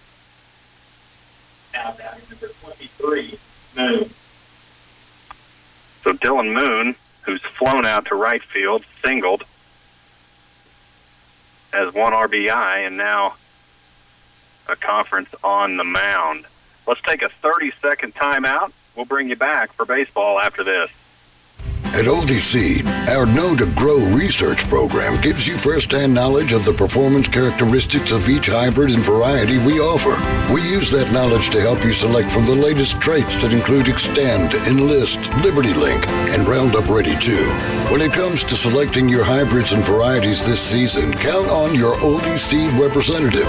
They have the latest trait technologies backed by a solid research program. At Oldie Seed, we have your back. Well, they will leave Frederick in with Rosenau on first, Moon coming up. Again, Moon with an RBI single. And Levi Fitzenmeyer will come in and run for Rosenau. Missed that switch. Appreciate my color guy, statistician, and PA man. Daniel Farley keeping me up on that. As Dylan Moon steps in. Again, an RBI single from Moon, and throw over to first holding Fitzenmeyer. And Levi with some speed, and I'm sure Abilene well aware of it. Pitch to Moon, shows bunt. Pitch misses, low and out, ball 1. Bottom of 6, we're tied at 2. Nobody out. Fitzenmeyer in for Rosenau as a pinch runner. Moon stands in. Fitzenmeyer, pretty good lead, shows bunt again, reaches for it, and fouls it away. Counts 1-1.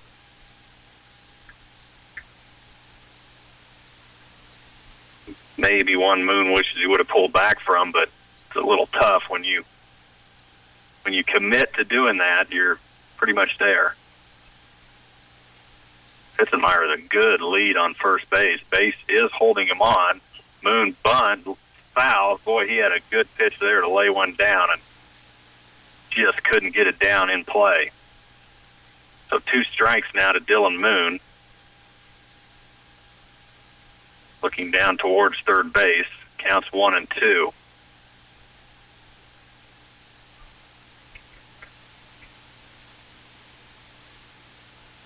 Parker Base is holding on Fitzenmeyer, but Fitzenmeyer's got a really good lead, got Frederick's attention. He will throw over now to first base, and Fitzenmeyer back in safely.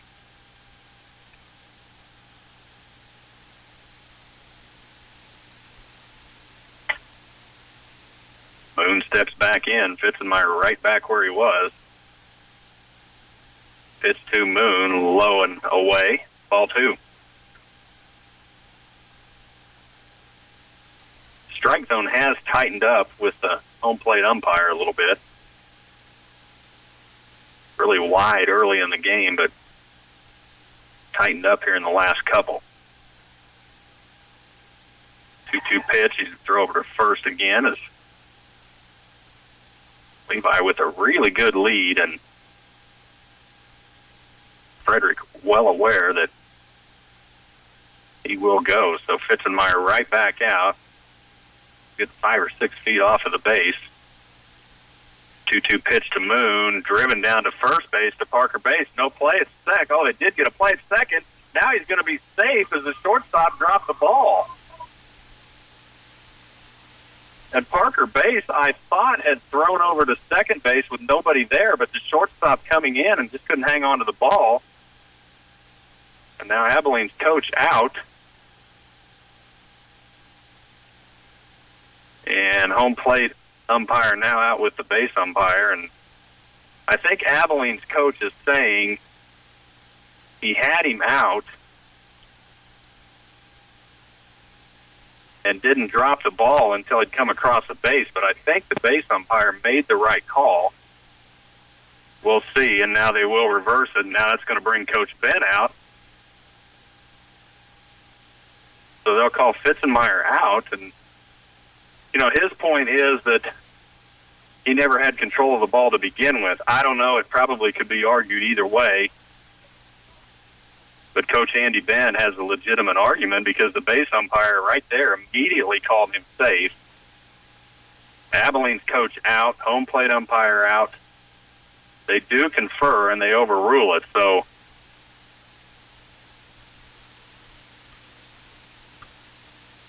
and now we will have Cade Wallace will bat. He's been playing shortstop. Brem has been DHing.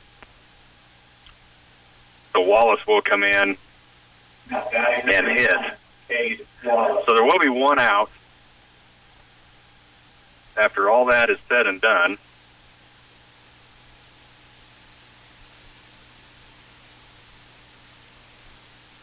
I do like how the umpires were able to handle that, handle it quickly. I think both coaches okay with it. So Cade Wallace will now step in. Dylan Moon on first. Wallace yet to bat in this game. He has been playing short, but Brem has been in that DH position, and now Wallace calls time. Steps back in. So bottom of 6, 2-2. One out.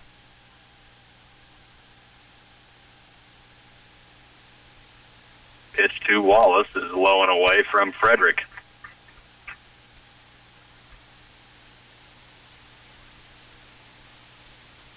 Murph back in with that 1-0 count. Moon, not a huge lead. The base holding him on. Pitch to Wallace in for strike 1. In that low area.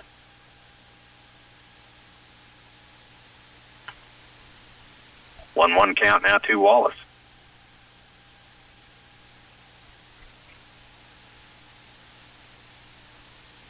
Pitch on the way, that's out.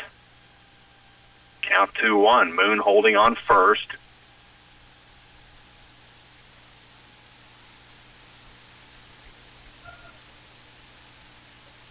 Moon gets a little lead. Frederick looks over.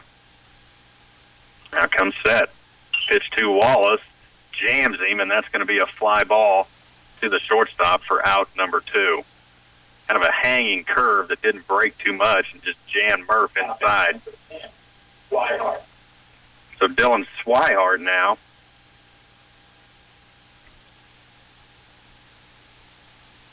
steps in as Wallace flies out to the shortstop. Swihart is grounded out and flown out.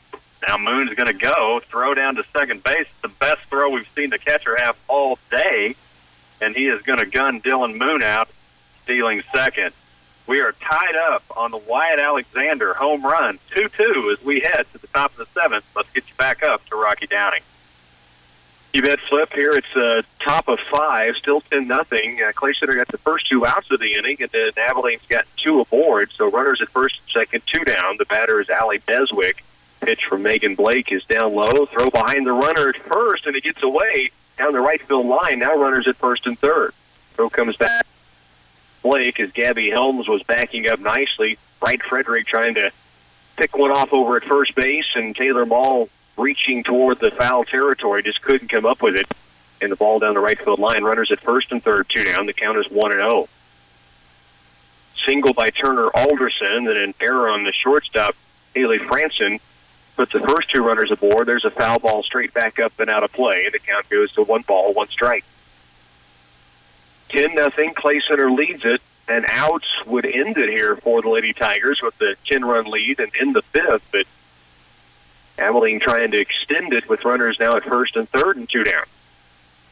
Megan Blake peers in through the mask to her catcher, Allie Wright Frederick. Now the batter wants timeout and gets it. Allie Beswick, who has struck out twice in the game, the number 3 hitter, and struck out swinging both times up. Here's the 1-1 from Blake. Across for a strike. It's 1 ball, 2 strikes. Beswick steps out, takes a practice swing, looks at her coach at the dugout on the first base side. Now stands back in with the count 1-2. 2 down. Lady Tigers up 10-0. The rock and the pitch from Blake. Up and outside, 2-2. Lady Tigers on defense have Hannah Ferguson at third, Haley Francis at the shortstop, and Kylie Rosenau and Taylor Mall over at second and first. From left to right field is Janae Shivers, Sam Carson, and Gabby Helms. Aiken Blake looks at her catcher, Allie Wright Frederick, and delivers the 2-2. Ground ball right side. Rosenau has it, flips over to first, and that will end it. The Lady Tigers 10-0 and get the out recorded to close down this one. They get their, they have just the 1 loss on the season and an opening doubleheader, so on a great roll right now throughout this portion of the year. The Lady Tigers getting Abilene 10-0 in game number 1. They ended in 5 innings early. Let's see what the Tiger baseball team is up to. They had it tied 2-2 at last check. All right, Rock, thanks. And we are tied, 1 out, top of 7, as Wildman grounds out to Evan Rosenau at first base. So Abilene's half of the 7th. Clay Center will have another at-bat, 1 down.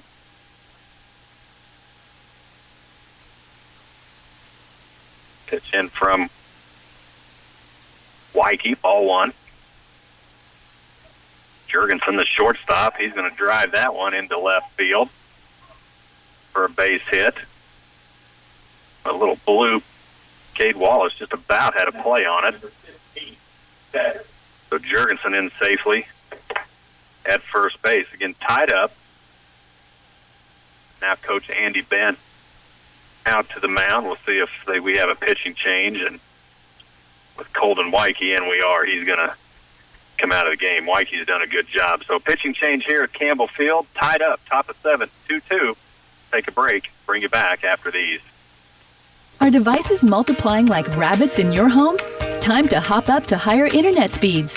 Internet devices are everywhere, including smart TVs, smart thermostats, smart refrigerators, or smartphones. Or perhaps it's a DVR, gaming console, streaming box, a wearable, tablet, or laptop. When devices are multiplying, you need to start adding. To your internet speed, that is. Switch to Twin Valley Pulse Gig Internet and get your first 2 months free. Hop to it and call Twin Valley at 800-515-3311. Have you noticed the new products throughout the store at Ray's Apple Market? More and more customers are requesting gluten-free choices and organically grown products. There are currently over 400 items that are either gluten-free or organic, and more are being added each week. Many are private label. This is proof positive that Ray's Apple Market listens to their customers and takes action to stock the products they're looking for. Is there a product you can't find? Just ask. They'll be glad to help at Ray's Apple Market.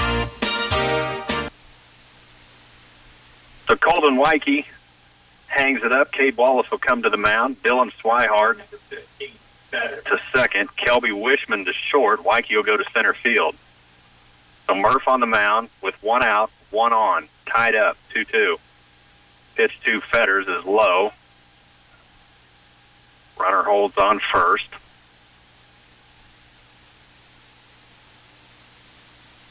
Murph with a little more speed than Wyke. Wyke a little roughed up a little bit today.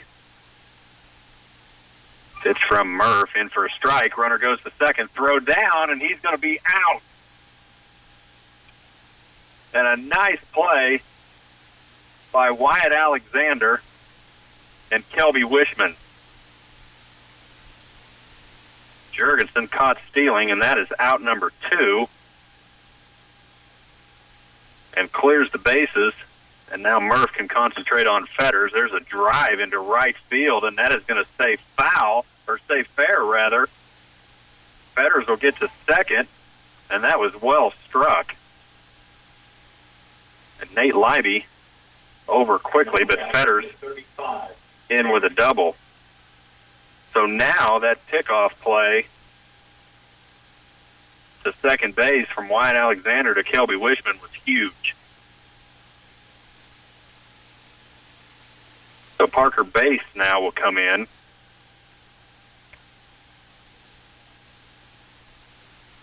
Now batting number 22, Warner.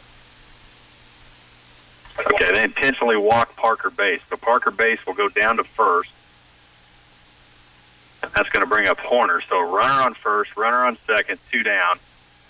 And Horner up. He has walked and flown out twice. Pitch to Horner, swung on and missed. Nice pitch from Murph.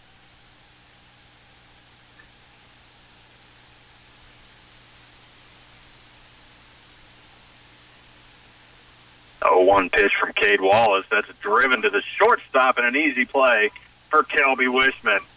Great defense by the Clay Center Tigers. Midway through the 7th, we are tied at 2 when we come back. Are you in the market for a new house? Do you need a more reliable set of wheels to get you around town? Or do you just need some extra cash for an unexpected bill? Whatever the case may be, Union State Bank is here to help. We have competitive rates on a variety of different loan options suited to meet your needs. Don't hesitate. Call or stop in and visit with one of our loan officers that you know and can trust today. This is Brandy Crimmins with Union State Bank, member FDIC and equal housing lender. I was moving a file cabinet when in walked Inspector Clouseau. Did I do something wrong? I have had reports of new products appearing in central office service and supply.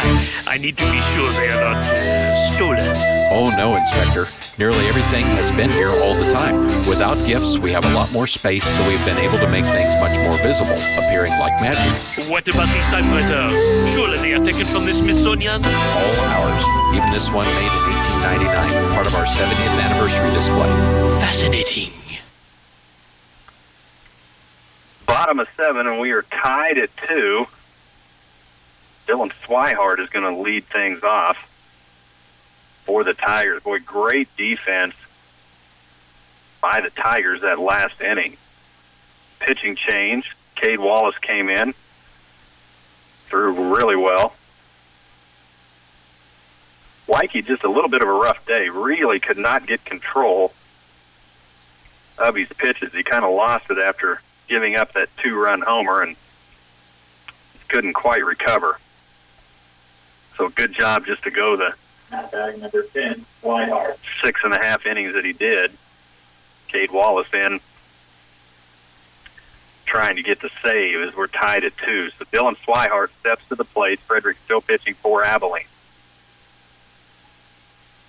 And Swihart 0 for 2 today. Pitch to Dillon in high.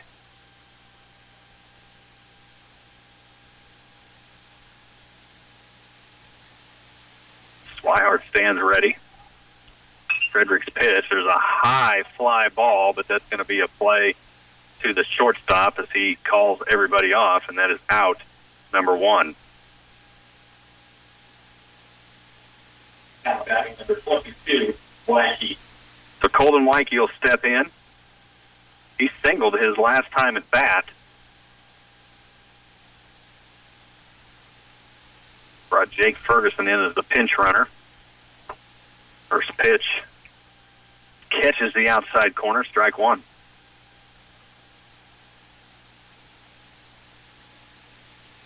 Waikey back in and ready. 0-1 count. Pitch, strike 2, and that was looked way out from my vantage point. So 0-2 now to Colton Waikey.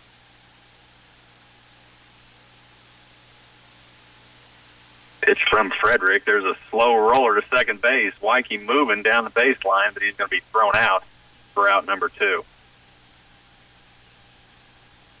Now batting number 1, Libby. So back to the top of the order, Nate Libby, and Libby with a rough day at the plate. He's 0 for 3. Struck out the first at bat and then 2 ground outs. Tied at 2. We're in the bottom of the 7th. Pitch to Libby, fouled back, strike 1.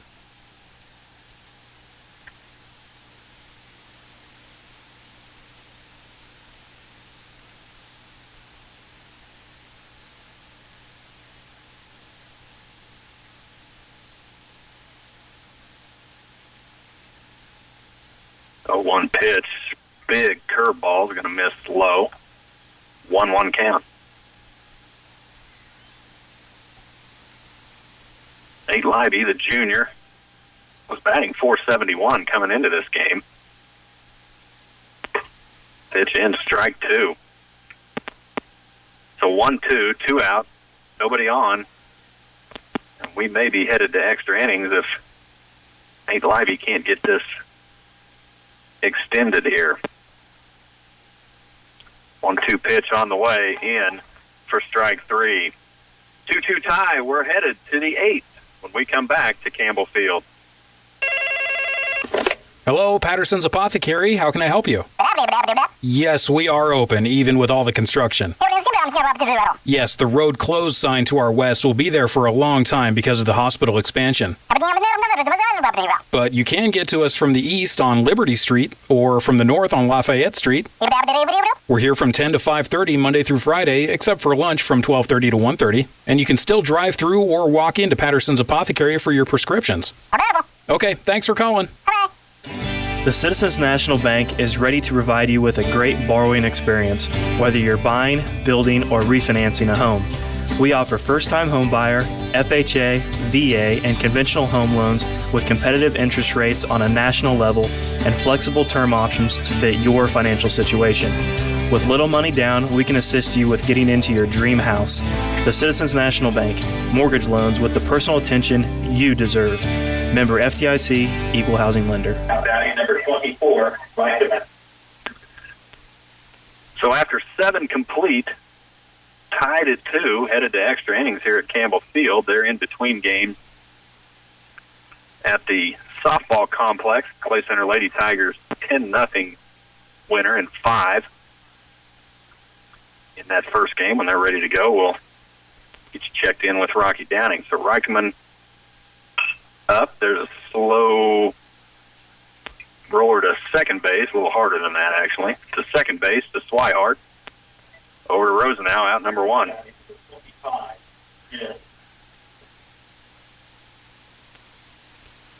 So Cade Wallace on the mound after Colton Waikey went 6 complete.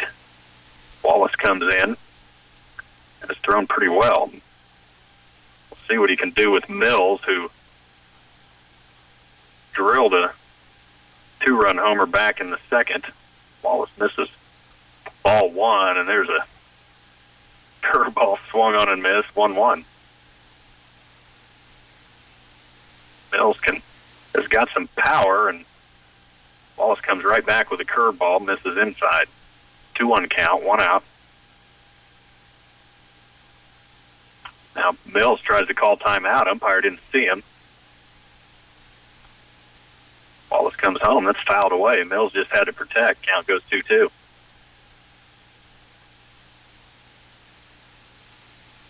Pitch from Murph, curveball. That's going to be fouled down the third base line. And Murph's found a little something on the mound. Count stays 2-2.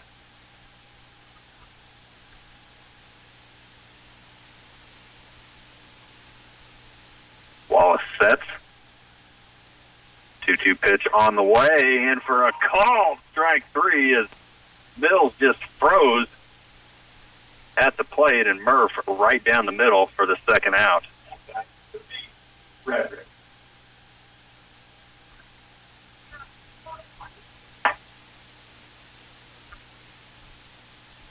So the pitcher for the Cowboys, Frederick, steps up with 2 down. Murph misses inside.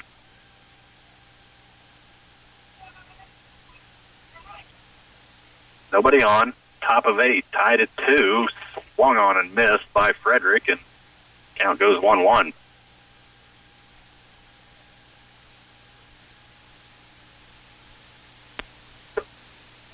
Murph fires in, strike 2. Cade Wallace just freezing the Abilene batters right now. 1-2 pitch on the way, and that is a called strike 3. And Cade Wallace sets him up and knocks him down. 3 up, 3 down, midway through the 8th, tied at 2. Clay Center coming up to bat when we come back. Hey, it's me, Weeds. Let me in. When weeds come knocking, let your herbicide do the talking. Wilbur Ellis is on call with the fall spray to keep those weeds under control. Now is an excellent time to spray, because once the weeds start growth in the spring, they rapidly develop with the goal of reproducing. See Ryan, Mike, Kenny, Alan, or Brent at Wilbur Ellis Reed Seed and Feed, and let us build a specific plan for you and tackle the weeds on your acres.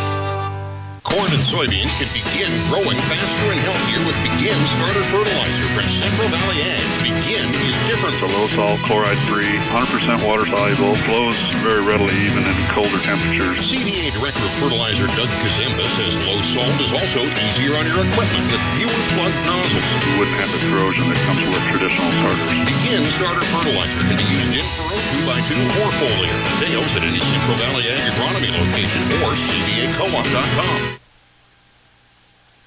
3 up, 3 down in the top half of the 8th for Abilene. Cade Wallace throwing the ball really well. Clay Center comes up in the bottom of the 8th. We're tied at 2. That's going to bring up 2, 3, and 4 for the Tigers. Kelby Wishman, Brigham Glaze, and Wyatt Alexander, with Evan Rosenau in that 4th slot. So Kelby Wishman. Now batting number 2, Wishman.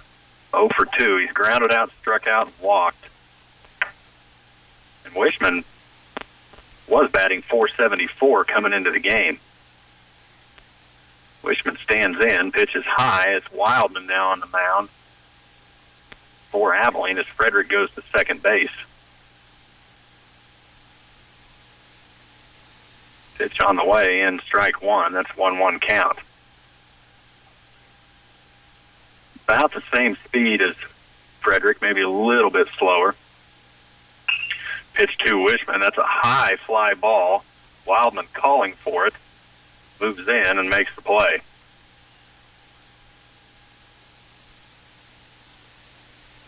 Now batting number 28, Glaze. So Brigham Glaze will step in. He's walked, singled, and flown out.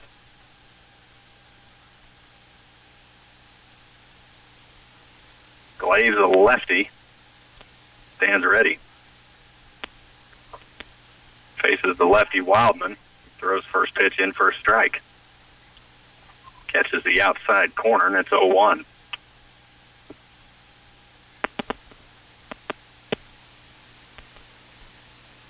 Pitch to Glaze, swung on and missed, 0-2.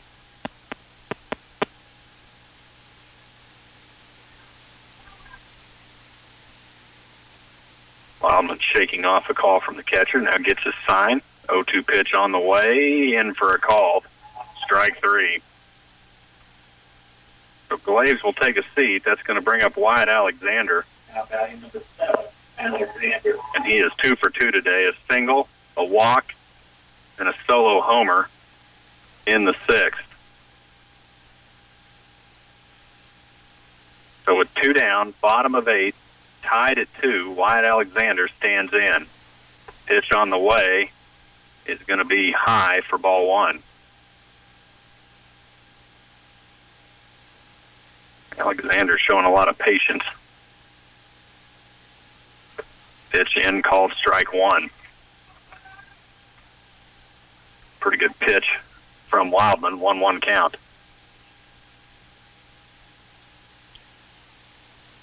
Alexander stands ready. Curveball in for ball 2.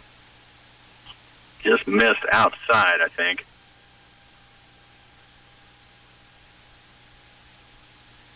Two 1 count. Pitch to Alexander, swung on and fouled away. Went off right off the mask of the catcher. So he'll walk that baseball out there. It's probably just to get himself a little break. That went right off the mask and knocked it loose. So 2-2 count to Alexander. 2 down. We're tied at 2, bottom of 8.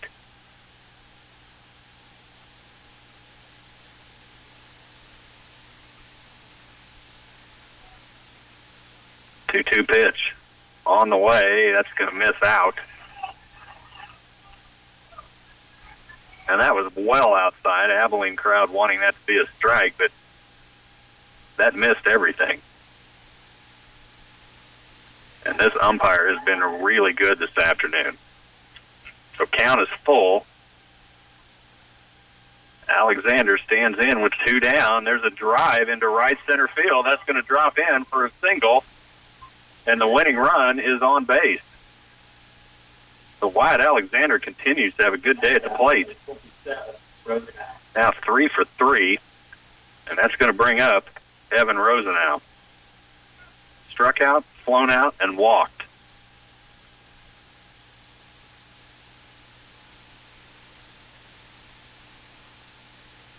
Alexander scored the only other Tiger run from second base on a base hit from Dylan Moon. Pitch to Rosenau. May have been a pitch out. I doubt that Alexander would try to steal here.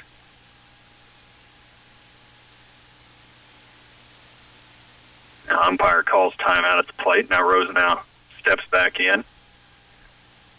Looks like we're set. Alexander shows steal, now backs off. Wildman in for strike 1. 1-1 count, 2 down. Winning run is on first. Pitch to Rosenau, outside, ball 2.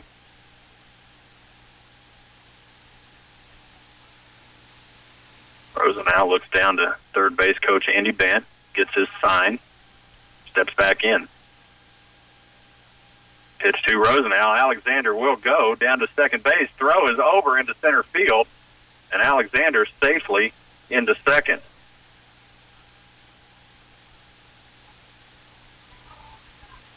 So now a 2-2 count to Evan Rosenau.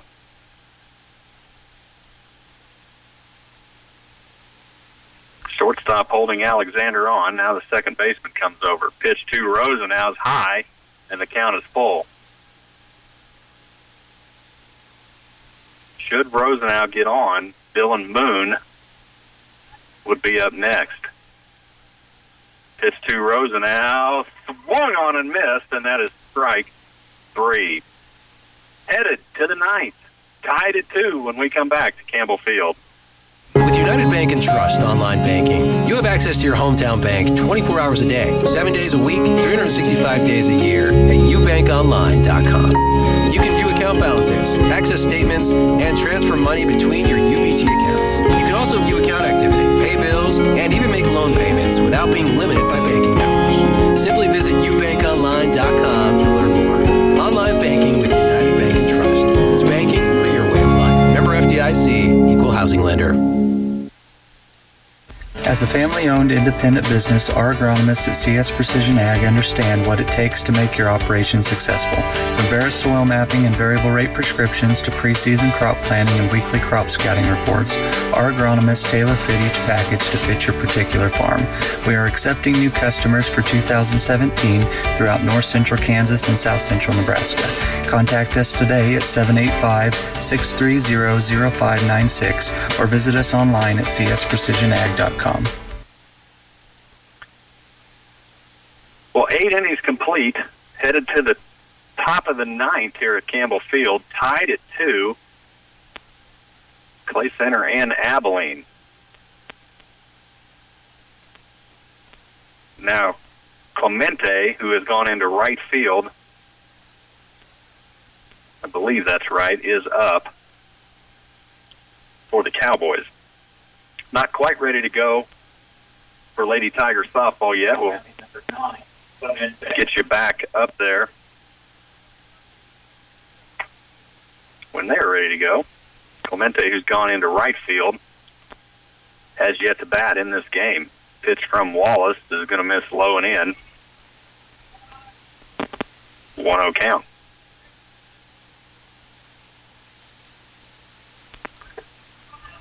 Pitch misses about the same place, 2-0. They've got Moon, Wishman, Swihart, Rosenau in the infield, left to right. 2-0 pitch from Wallace, swung on and missed. And then Glaves, Wyke, and Leiby in the outfield. Wallace on the mound. Alexander catching. 2-1 pitch, misses, 3-1. Wallace came in relief of Wyke and has thrown pretty well. Had a big 8th inning. Pitch to Clemente, and Clemente started to go down to first. That's called strike 2, counts full.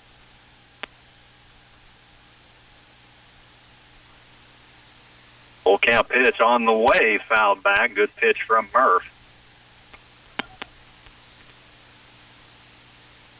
And umpire's been very consistent with that strike zone. It has tightened up a little bit.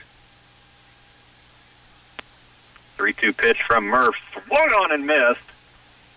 And that's 1 out. Now batting number 2, Wildman. So back to the top of the order we go for Abilene. Wildman will bat. He's 0 for 3. He did reach on an error in the first.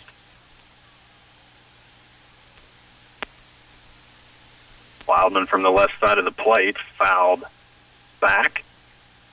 Strike 1. Both these umpires have done a really good job today. Some pretty tight plays, and both coaches have been satisfied so far. That should tell you a lot.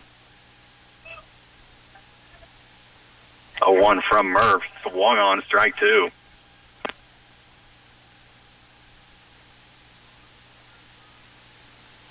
Wildman steps back in.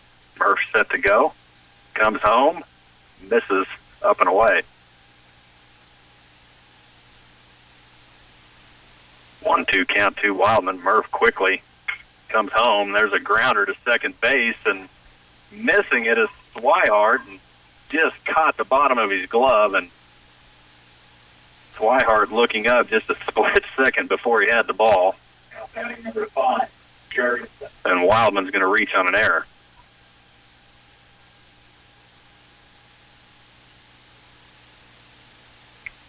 So Jurgensen now will come to the plate. He's 1 for 4. He's got 1 single his last time at bat. There's a bunt right back to Wallace. That's going to take him out of the double play, but a throw over to first is going to get Jurgensen. So good play by Murph. Now batting number 15, Betters. But that does advance Wildman to second. And with 2 outs, Betters comes up. He's been hit by a pitch, struck out, flown out, and doubled his last time at bat. Pitch from Murph outside. Fetters put one right down the right field line. His last at bat. 1-0 pitch from Cade Wallace. To Fetters, foul back. Nobody's really holding on. Wildman. Wishman will walk over a little bit. Swihart now will come over to second base. He was playing well away from the bag. Now goes back out towards first base. Pitch low from Wallace. It's 2-1. And Fetters did go to the right side of the field, so Swihart cheating over that way. Now Wishman comes back to second, trying to hold Wildman. Now he'll go back. Pitch from Murph. In for strike 2. It's 2-2.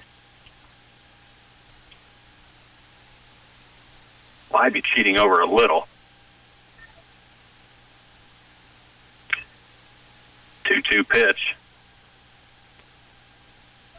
To Fetters. Murph comes home, fouled back. Fetters still alive. 2 down, 1 on. We're in the top of the 9th, tied at 2.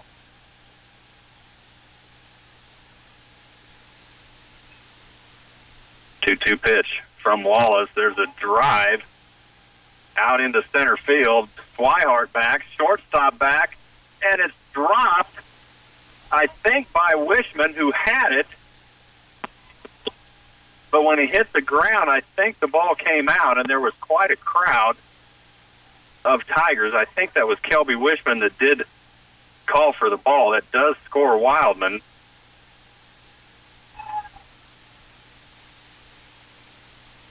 And sends Fetters to second. Now batting number 35. Okay. So Parker Base will come up. That was just a sky-high fly ball out over second base as Murph misses outside 1-0. And you had Swihart, Wishman, Wyke, and Libby all coming in, and I think Wishman called everybody off and just about made a play, and he really was the only one that had a decent look at it. So Murph a little low on that one. It's 2-0. 2 down. Wildman did score, so Abilene's gone up 3-2. Pitch to base, misses outside. It's 3-0, and Alexander's going to head out to the mound and just relax Wallace a little bit. 2 down. And now they will send Base down to first base. Now batting number 22, Horner. So Horner will come in.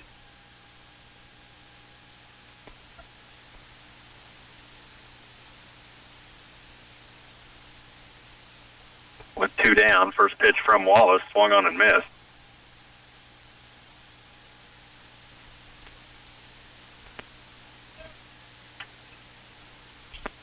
Pitch to Horner, in for strike 2, called strike 2, it's 0-2.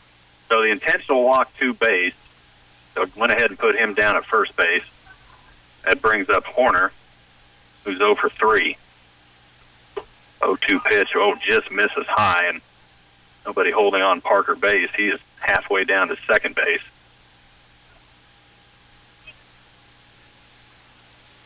Pitch, curveball, just misses, maybe high.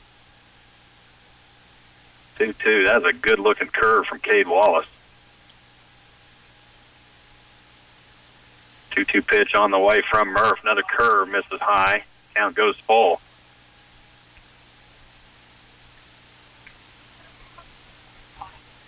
Full count. 2 down. Runner on first, runner on second. Abilene up 3-2, top of the 9th. Pitch from Wallace that is driven into left field. Glaze has a play, and no, that is gone. Thought Glaze had a play on that, but Horner put it out of here.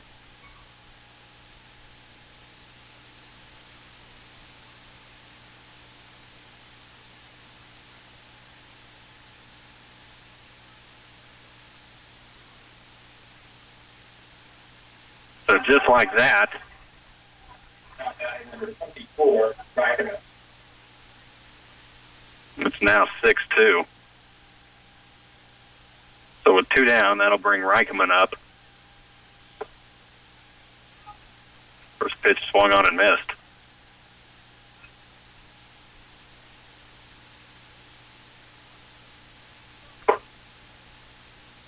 A 1 pitch in for strike 2, swung on and missed.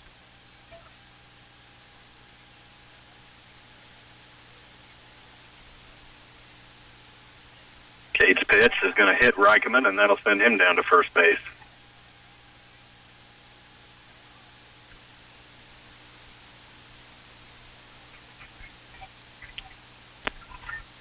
Now batting number 25, Mills.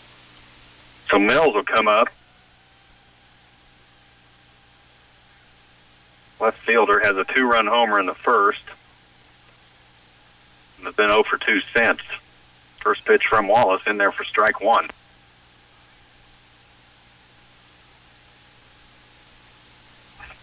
Second pitch on the way from Cade, misses high, 1-1.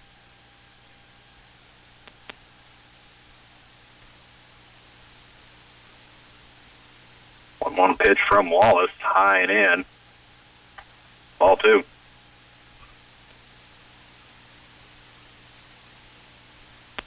So Abilene's gone up 6-2 in the top of the 9th. Pitch from Cade, that's drilled right to Dylan Moon, and that ends the top half of the 9th. Clay Center trails 6-2. Bottom of the 9th coming up. TSI Kansas is currently hiring qualified over-the-road drivers. Our drivers drive quality equipment while receiving top pay and benefits, along with the home time they need and deserve. The staff at TSI Kansas are dedicated to providing our drivers with the tools that they need to be successful. If you're looking for a rewarding career with a friendly and experienced company, call TSI Kansas at 785-632-5183 and see how we can exceed your expectations. Well, headed to the bottom of the 9th, Clay Center trailing 6-2 after that 4-run top of the 9th from Abilene. It'll be Dylan Moon, Cade Wallace, and Dylan Swihart. They are underway with Clay Center Lady Tiger softball. Let's check in with Rocky Downing. You bet, Flip. Tough turn of events there for the Tigers. We'll see if they can rally in the bottom of the 9th inning now in extra frames. Here, the Lady Tigers were able to get through the first frame unharmed, and no runners on base, 3 up, 3 down. 2 really nice plays by Janae Shivers in left field, 1 on the run going to her left, or to her right, I should say. And then the last out of the inning, there's a late steal. Allie Wright Fredericks in a pickle between home and third base. She gets toward home, now back toward third, now hesitates, steps outside. They'll throw home, still in a rundown, and now she's going to be called out with a big laugh and smile on her face. She had walked, had stole second, and then in late still gets third, and on a throwback to the pitcher, tried to score for third to home and got caught in the pickle and ends up with the third out of the inning. Back to the first for Abilene real quickly, Flip. Janae Shivers on the final out, running to her right, ended up into the foul fence, but made the catch to close down that inning. So we've completed 1 here. No score. They're headed to the top of the 2nd. All right, thanks, Rock. Here, Dylan Moon comes up. It's the bottom of the 9th. We were knotted up at 2, and then a 4-run 9th inning from Abilene. Ball fouled back from Moon. He's now down in the count, 1-2. Cade Wallace had come in relief and had pitched really well. But a 4-run 9th, a 3-run homer in that 9th from Horner. Let's put Abilene up 6-2. Pitch to Moon, swung on and missed for out number 1. So Dylan Moon goes down swinging. And Cade Wallace will step in. Now batting number 9, Wallace. So Cade Wallace steps in. He's only batted 1 time.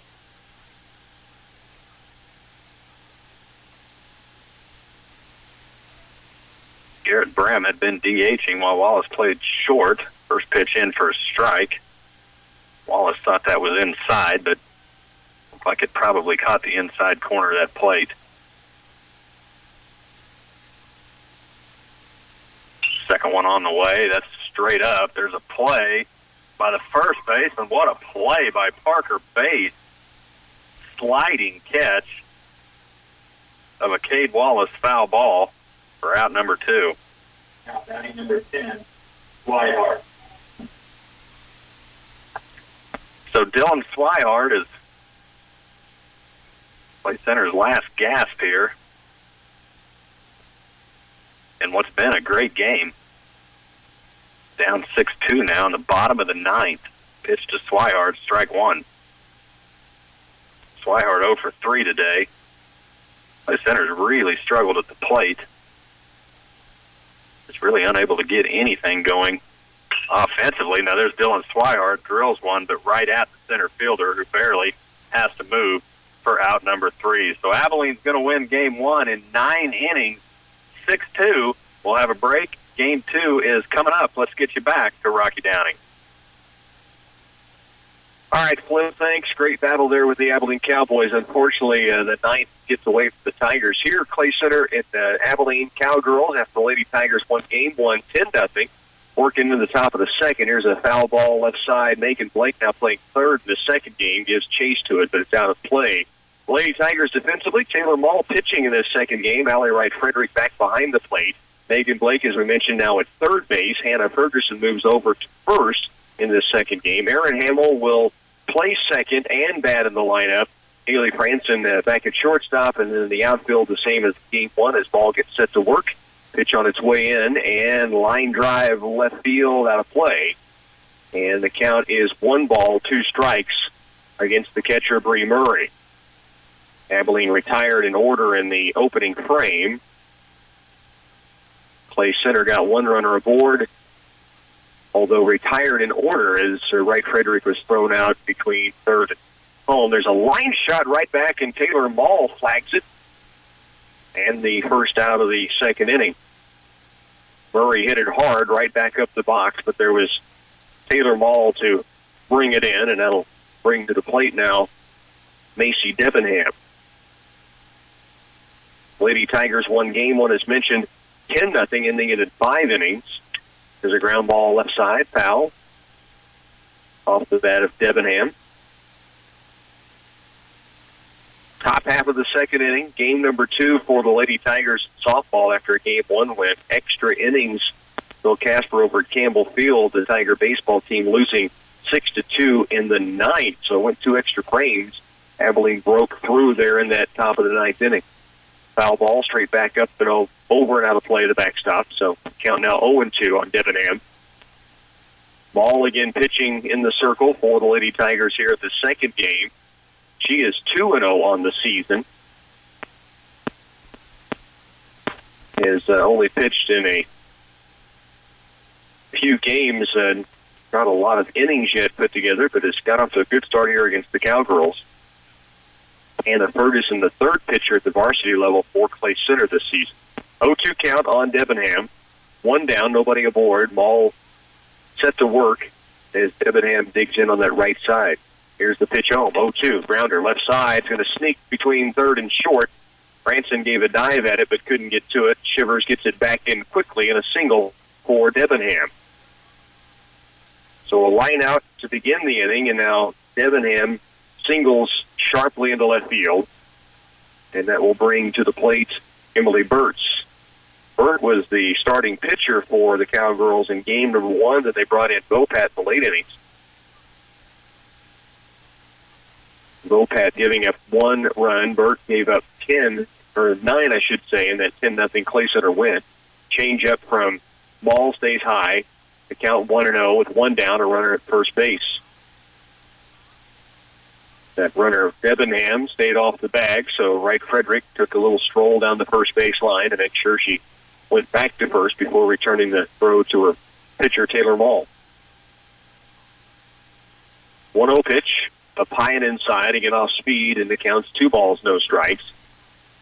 Corners in, Ferguson at first, Blake at 3rd, Hannah way inside the line at first base. Blake a couple of strides inside of the 3rd base line. The 2-0 pitch on its way in, and swinging is Burt. The Lady Tigers expecting that sacrifice bunt potentially coming from Burt, at least on the first strike across. The count was 2-0. That first strike in, Burt was swinging. And now the 2-1 from Mall. Swinging again, fouled straight back. The count goes to 2 balls, 2 strikes with 1 out and a runner at first. Burke, the batter, with Jensen Roth on deck. And 1 away, the runner at first base is Macy Debenham, who's singled to left. There's a fly ball left field. Shivers back, can't get it. It's overhead. Line drive, no chance to get to. The third base will come Debenham, and into second, standing up with a double is Emily Burns. So runners at second and third now with just the 1 out for Abilene. The Cowgirls trying to scratch the scoreboard surface first in this one with no score in the top of the second. And again, the batter is Jensen Roth. Roth in game number 1, 0 for 2, grounded at third and popped out to the shortstop. She has a chance here with runners at second and third to bat for Abilene in the top of the second with no score. 1 out. Sharply toward third base off the glove of Blake. 1 run is in. Another will turn the corner. Shivers unable to come up with it cleanly in left field, and Abilene goes on top here 2-0. So the Cowgirls get some timely hitting, 3 straight shots, 2 for a single and a double, and an error on this one on the hot shot toward Megan Blake at third base. So a runner at first, 2 runs in for the Cowgirls, and Abilene leads it 2-0. As the Lady Tigers have a meeting inside the circle, the entire infield in to talk with their pitcher, Taylor Ball. It's the batter stepping to the plate now is Scout Takoi. So 1 away, a runner at first, and 2 runs in for the Cowgirls here at this second inning. 2-0 lead. Big swing and a miss, and correction on the batter. That is Anna Willie, who is the shortstop. Number wrong there from the jersey.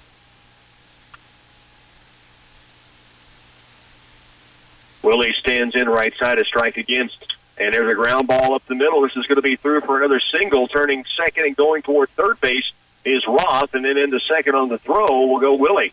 And Abilene's got it going right now on their crowd and their players with some real pop in their step as Willie singles into right field, going the opposite direction. And now the pitcher will come to the plate, Katie Ludy. Kate Ludy will have runners in scoring position at second and third with just 1 out as she bats 9th here in the Abilene Cowgirl lineup. At the top of the second, Play Center finds themselves down 2-0. Here's the rock and the pitch in from Mall. Fouled straight back. It's 0-1. It all started with the line out to the pitcher. Ball flagged a shot off the bat of Bree Murray, and then a single and a double from Debenham and Burt. The error at third base put another runner on and 2 runs across. And now runners at second and third. Roth to third base. Willie with the single is at second. Kate Ludy with a 1-ball, 1-strike count as Taylor Mall looks in. 1 down here in the top of the second. Swing and a miss. It's 1-2. 1 ball, 2 strikes. Second and third for the Cowgirls. Tiger baseball in between games, losing their first of the season. It went 2 extra innings. In the 9th, they ended up with that 6-2 loss. There's a big strikeout for Mall. Throw down to third. Good block by Megan Blake. The runner back safely, but there is 2 out. So the big changeup by Mall. It's a swing and a miss on Kate Ludy, and there's 2 down. Leadoff batter is Turner Alderson. She flew relatively deep to left field. Janae Shivers made the play on the first out of the game back in the top of the first. Here in the top of the second, Abilene has put 2 across the board. They have 2 more in scoring position. Ground ball third. Megan Blake in tight, fires to first. That'll close the inning. Abilene does get 2 across. 2-0 as we head to bottom of 2. Clay Center coming to the plate. As a livestock producer, it's challenging to raise your animals and even more challenging to be profitable. Farmers Cooperative and Purina Animal Nutrition are here to help with our spring feed and mineral booking program. Order now through May 30th and save on Purina tubs, bag mineral, and fly control products, as well as creep feed. Contact your Farmers Cooperative feed expert today for complete offer details. Farmers Cooperative. At Oldie Seed, our Know to Grow research program gives you first-hand knowledge of the performance characteristics of each hybrid and variety we offer. We use that knowledge to help you select from the latest traits that include Extend, Enlist, Liberty Link, and Roundup Ready 2. When it comes to selecting your hybrids and varieties this season, count on your Oldie Seed representative. They have the latest trait technologies backed by a solid research program. At Oldie Seed, we have your back.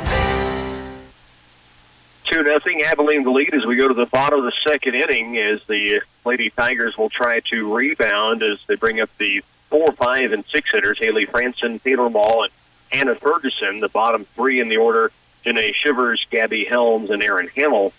The Lady Tigers can make their way through the lineup here. Tiger baseball, in between games, they lost that first game 6-2. Lady Tigers winning their first game in short innings. They went 5 and won at 10-0. Tiger baseball went to 9 innings, 2 extra frames before the 6-2 loss. Bill Casper will be back with us at Campbell Field when they're set to go in game number 2 against the Abilene Cowboys.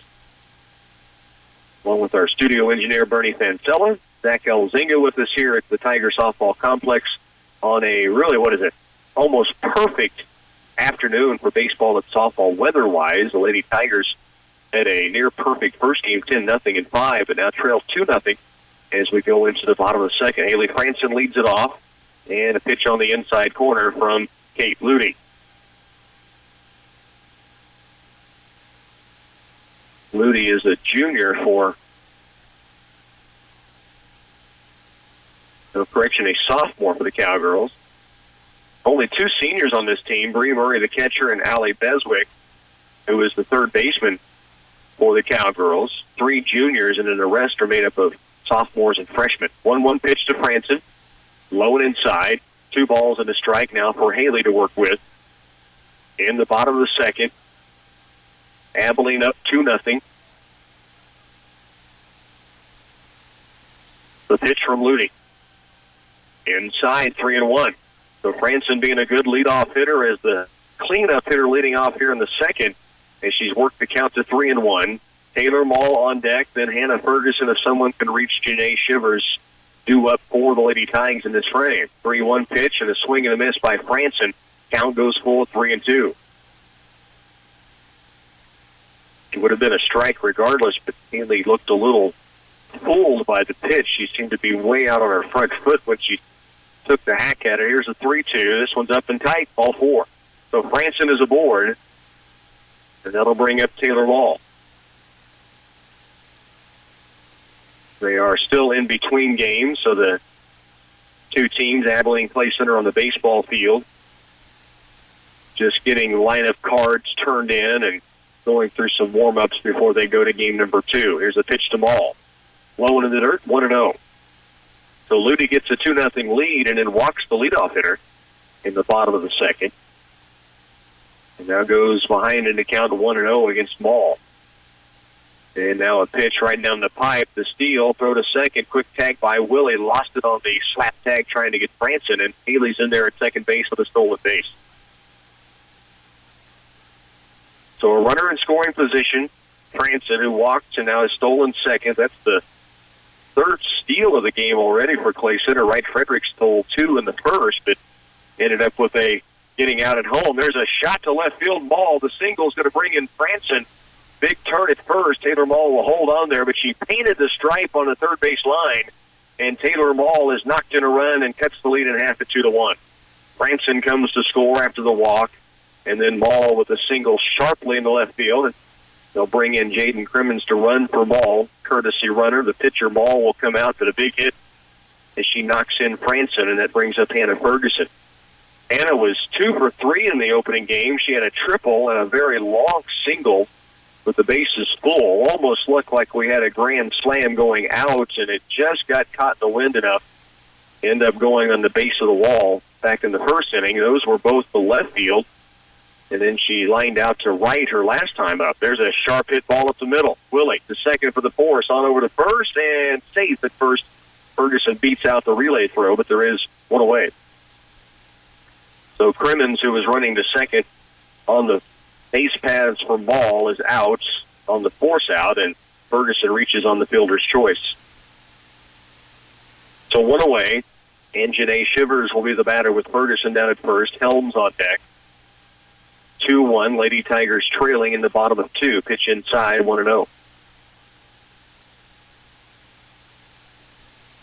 1 ball, no strikes. Shivers struck out twice in the first game, but she also singled sharply to left. And there's a ball up high and outside. It's 2-0. Shivers a couple of practice swings. Now digs back in on the right side with Ferguson dead at first base. The 2-0 count. Pitch from Ludy. Down in the dirt. Good block by Murray. Keeps Ferguson at first base, but puts the count to 3-0 now for Shivers to work with 1 down and the runner at first. Ludy looks in. The 3-0 taken all the way, and ball 4, no strike call. Shivers thought she had taken ball 4. Flung the bat toward the dugout, started toward first, and the umpire said, come back, that's strike 1, it's 3-1.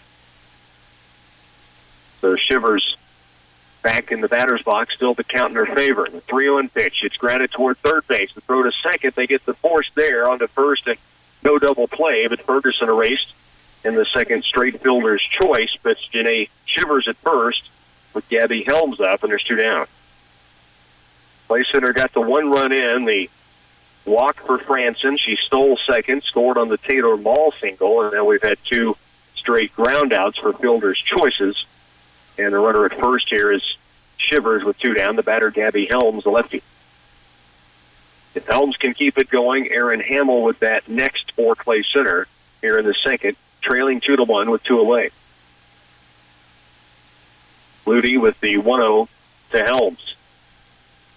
Strike on the outside corner. 1 ball, 1 strike. 2 down, bottom of 2.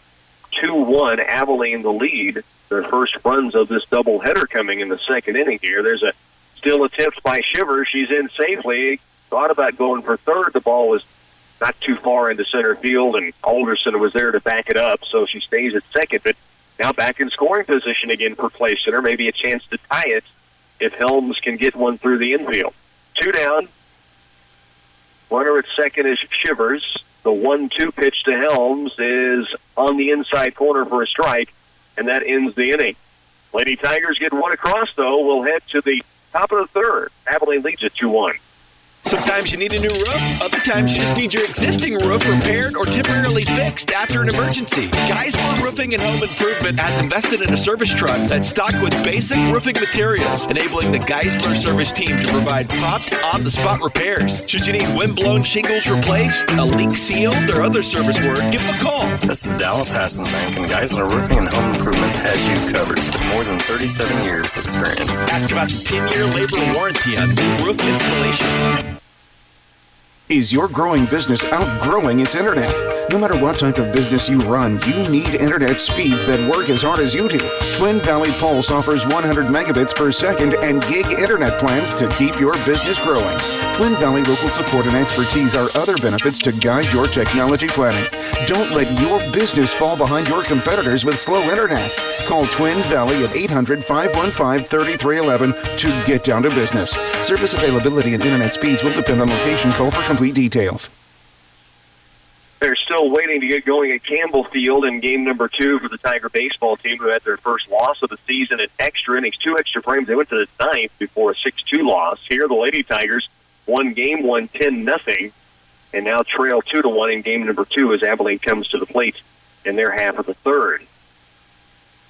It will be Kaylin Beswick to lead it off. Allie Beswick and Bree Murray are due up in this inning. Taylor Mall set to work in the circle. Slap at it by the batter Beswick, and it's fouled straight back 0-1. Kelpie Wishman will be starting game 2 for the Tigers at Campbell Field. When they're set to work, we'll take you in that direction. Top of the third here. Mall looks in, the 0-1. Bunt right back toward Mall. Has to make a sharp throw, and does, and they get her at first. Good play by Taylor Mall. Off the hill to get there quickly. Really charged the bunt right in front of the plate, picked it up, and fired a strike to Hannah Ferguson. There's 1 down. And the batter, Allie Beswick, who flew out to Shivers. We were talking about that play when we came on the air, and she went far to her right in foul territory, ended up against the fence, but made the catch to close down the first inning. And so Beswick back in here in the top of the third with Abilene on top 2-1. The first pitch for ball is outside. It's 1-0. Pitch from the senior. Popped up on the infield. Franson underneath of it near second base and makes the play 2 away.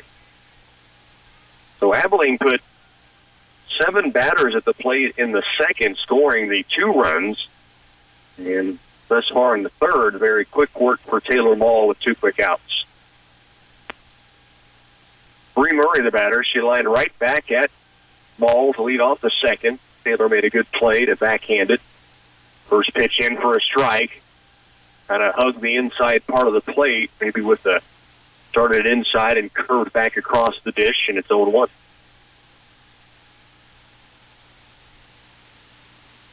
The pitch from Ball on its way. Popped up towards center field. Carson drifts over, now in, and the inning is over. Quick 3 up, 3 down for the Lady Tigers in the third. Trailing 2-1, they'll come to the plate when we come back. Whether you're a family on the go or just want someone else to do the cooking for a change, Ray's Apple Market has you covered. Their deli department features daily specials including a fried chicken dinner on Mondays, chicken strip meals on Tuesday, rotisserie chicken on Wednesdays, and hickory pit ribs on Friday. And with their in-store coupon, these dinners can feed 4 people from $3.99 to $4.75 per person. You know what's for dinner tonight. Specials offered at all Ray's Apple Market locations. Are you in the market for a new house? Do you need a more reliable set of wheels to get you around town? Or do you just need some extra cash for an unexpected bill? Whatever the case may be, Union State Bank is here to help. We have competitive rates on a variety of different loan options suited to meet your needs. Don't hesitate. Call or stop in and visit with one of our loan officers that you know and can trust today. This is Brandy Crimmins with Union State Bank, member FDIC and equal housing lender. Clay Center Lady Tigers right now trail 2-1. They'll come to the plate in their half of the third inning. Erin Hamill will lead it off. First time she'll come to the bats in the second game. She was 2 for 3 in game number 1. Correction, 2 for 2. She walked once and had 2 singles. So Hamill will lead it off. And then at the top of the order, Sam Carson, Allie Wright Frederick, if anyone reaches Megan Blake. Kate Looney, the pitcher for Abilene. The Tigers who had the big first 2 innings in game number 1, won at 10-0, and now trail 2-1 going into the bottom of the third in game 2. The pitch from Looney, and it's inside to Hamill, and it's 1-0. Allie Beswick at third, Hannah Willie at shortstop, Turner Alderson the second baseman, and Jensen Roth at first for the Cowgirls defensively. Pitch up high from Looney, and it's 2-0 now to the Lady Tigers second baseman, Erin Hamill. Hamill stands back in, and the pitch home. This time on the inside corner from Looney, it's 2-1. When we went to break just a moment ago between innings here, Cliff telling us that they were still waiting to take the field for game number 2 at Campbell Field. There's a ground ball third base side off the bat of Hamill. It's evening the count out at 2 balls, 2 strikes. Bottom of 3 here in Clay Center. The Lady Tigers against the Abilene Cowgirls on a Tuesday afternoon. Turned into a Tuesday evening. Fly ball left center field. And over to get it, the left fielder calls off the center fielder Alderson, and there's 1 away. So a fly out to left from Hamill. First time the Cowgirls have retired Erin Hamill today. Sam Carson up. She lined out to right field her first time up. Hit it pretty solid, but right at the right fielder. Now that's here in the bottom of the third, with the Lady Tigers down 3-1. Pitch home is up high and off the glove of the catcher, Bree Murray. Counts 1-0. Lady Tigers last week had the long road trip to Garden City, sweeping out there. With the pitch in the dirt from Looney. 2 balls, no strikes. Clay Center just the 1 loss on the year. That was in doubleheader action against Beloit. They split that first doubleheader of the season. Game that Coach Richter said just was a little frustrated. They were a little bit shorthanded, didn't have their full complement, and just made some mistakes that they expected to clean up and obviously have. They have won every game since, although they do trail 2-1 here in the bottom of 3 with Sam Carson at the plate and the 3-0 count. 3 pitches have not been close from Ludi. Now there's one right down the pipe, and it's 3-1. Wright Frederick on deck. They are playing at Campbell Field, so the first pitch has been thrown out against Kelby Wishman pitching for the Tigers. There's a pop-up towards center field. Actually, a shortstop, Willie, underneath of it. It makes the play. There's 2 down. Not a real strong win, in fact, for playing conditions in Kansas or spring sports. This is about as good a day as you could ask for. There is a breeze blowing in, but it's a breeze, not a wind, like normally we have here at Campbell Field. But that was right up into what wind there is and stay on the infield. Wright Frederick up. She reached the first time, walked, stole second, stole third, then got caught in a pickle between third and home, and eventually was tagged out to end the inning. 1-0 count to Alley, and that 1-0 pitch is across for a strike. It's 1 ball, 1 strike. We will check in with Flip Casper at this next half inning as they are underway in the baseball second game. Strike in against Wright Frederick, and Alley's down in the count 1-2. 2 away, nobody on. We're in the bottom of 3 with play center trailing 3-1. Here's the pitch home from Looney. It's in the dirt. Alley lays off of it. 2 balls, 2 strikes. Wright Frederick from the right side stands back in, and the pitch home. Stays up top, and the count goes full 3-2. So Wright Frederick battling here. 3 balls, 2 strikes. Nobody aboard and 2 down. Fly ball, left field, hit well, back toward the wall. It is up, and it is off the wall. Frederick into second. She's going to round it there and try for third. The throw is late, and she slides in with a triple.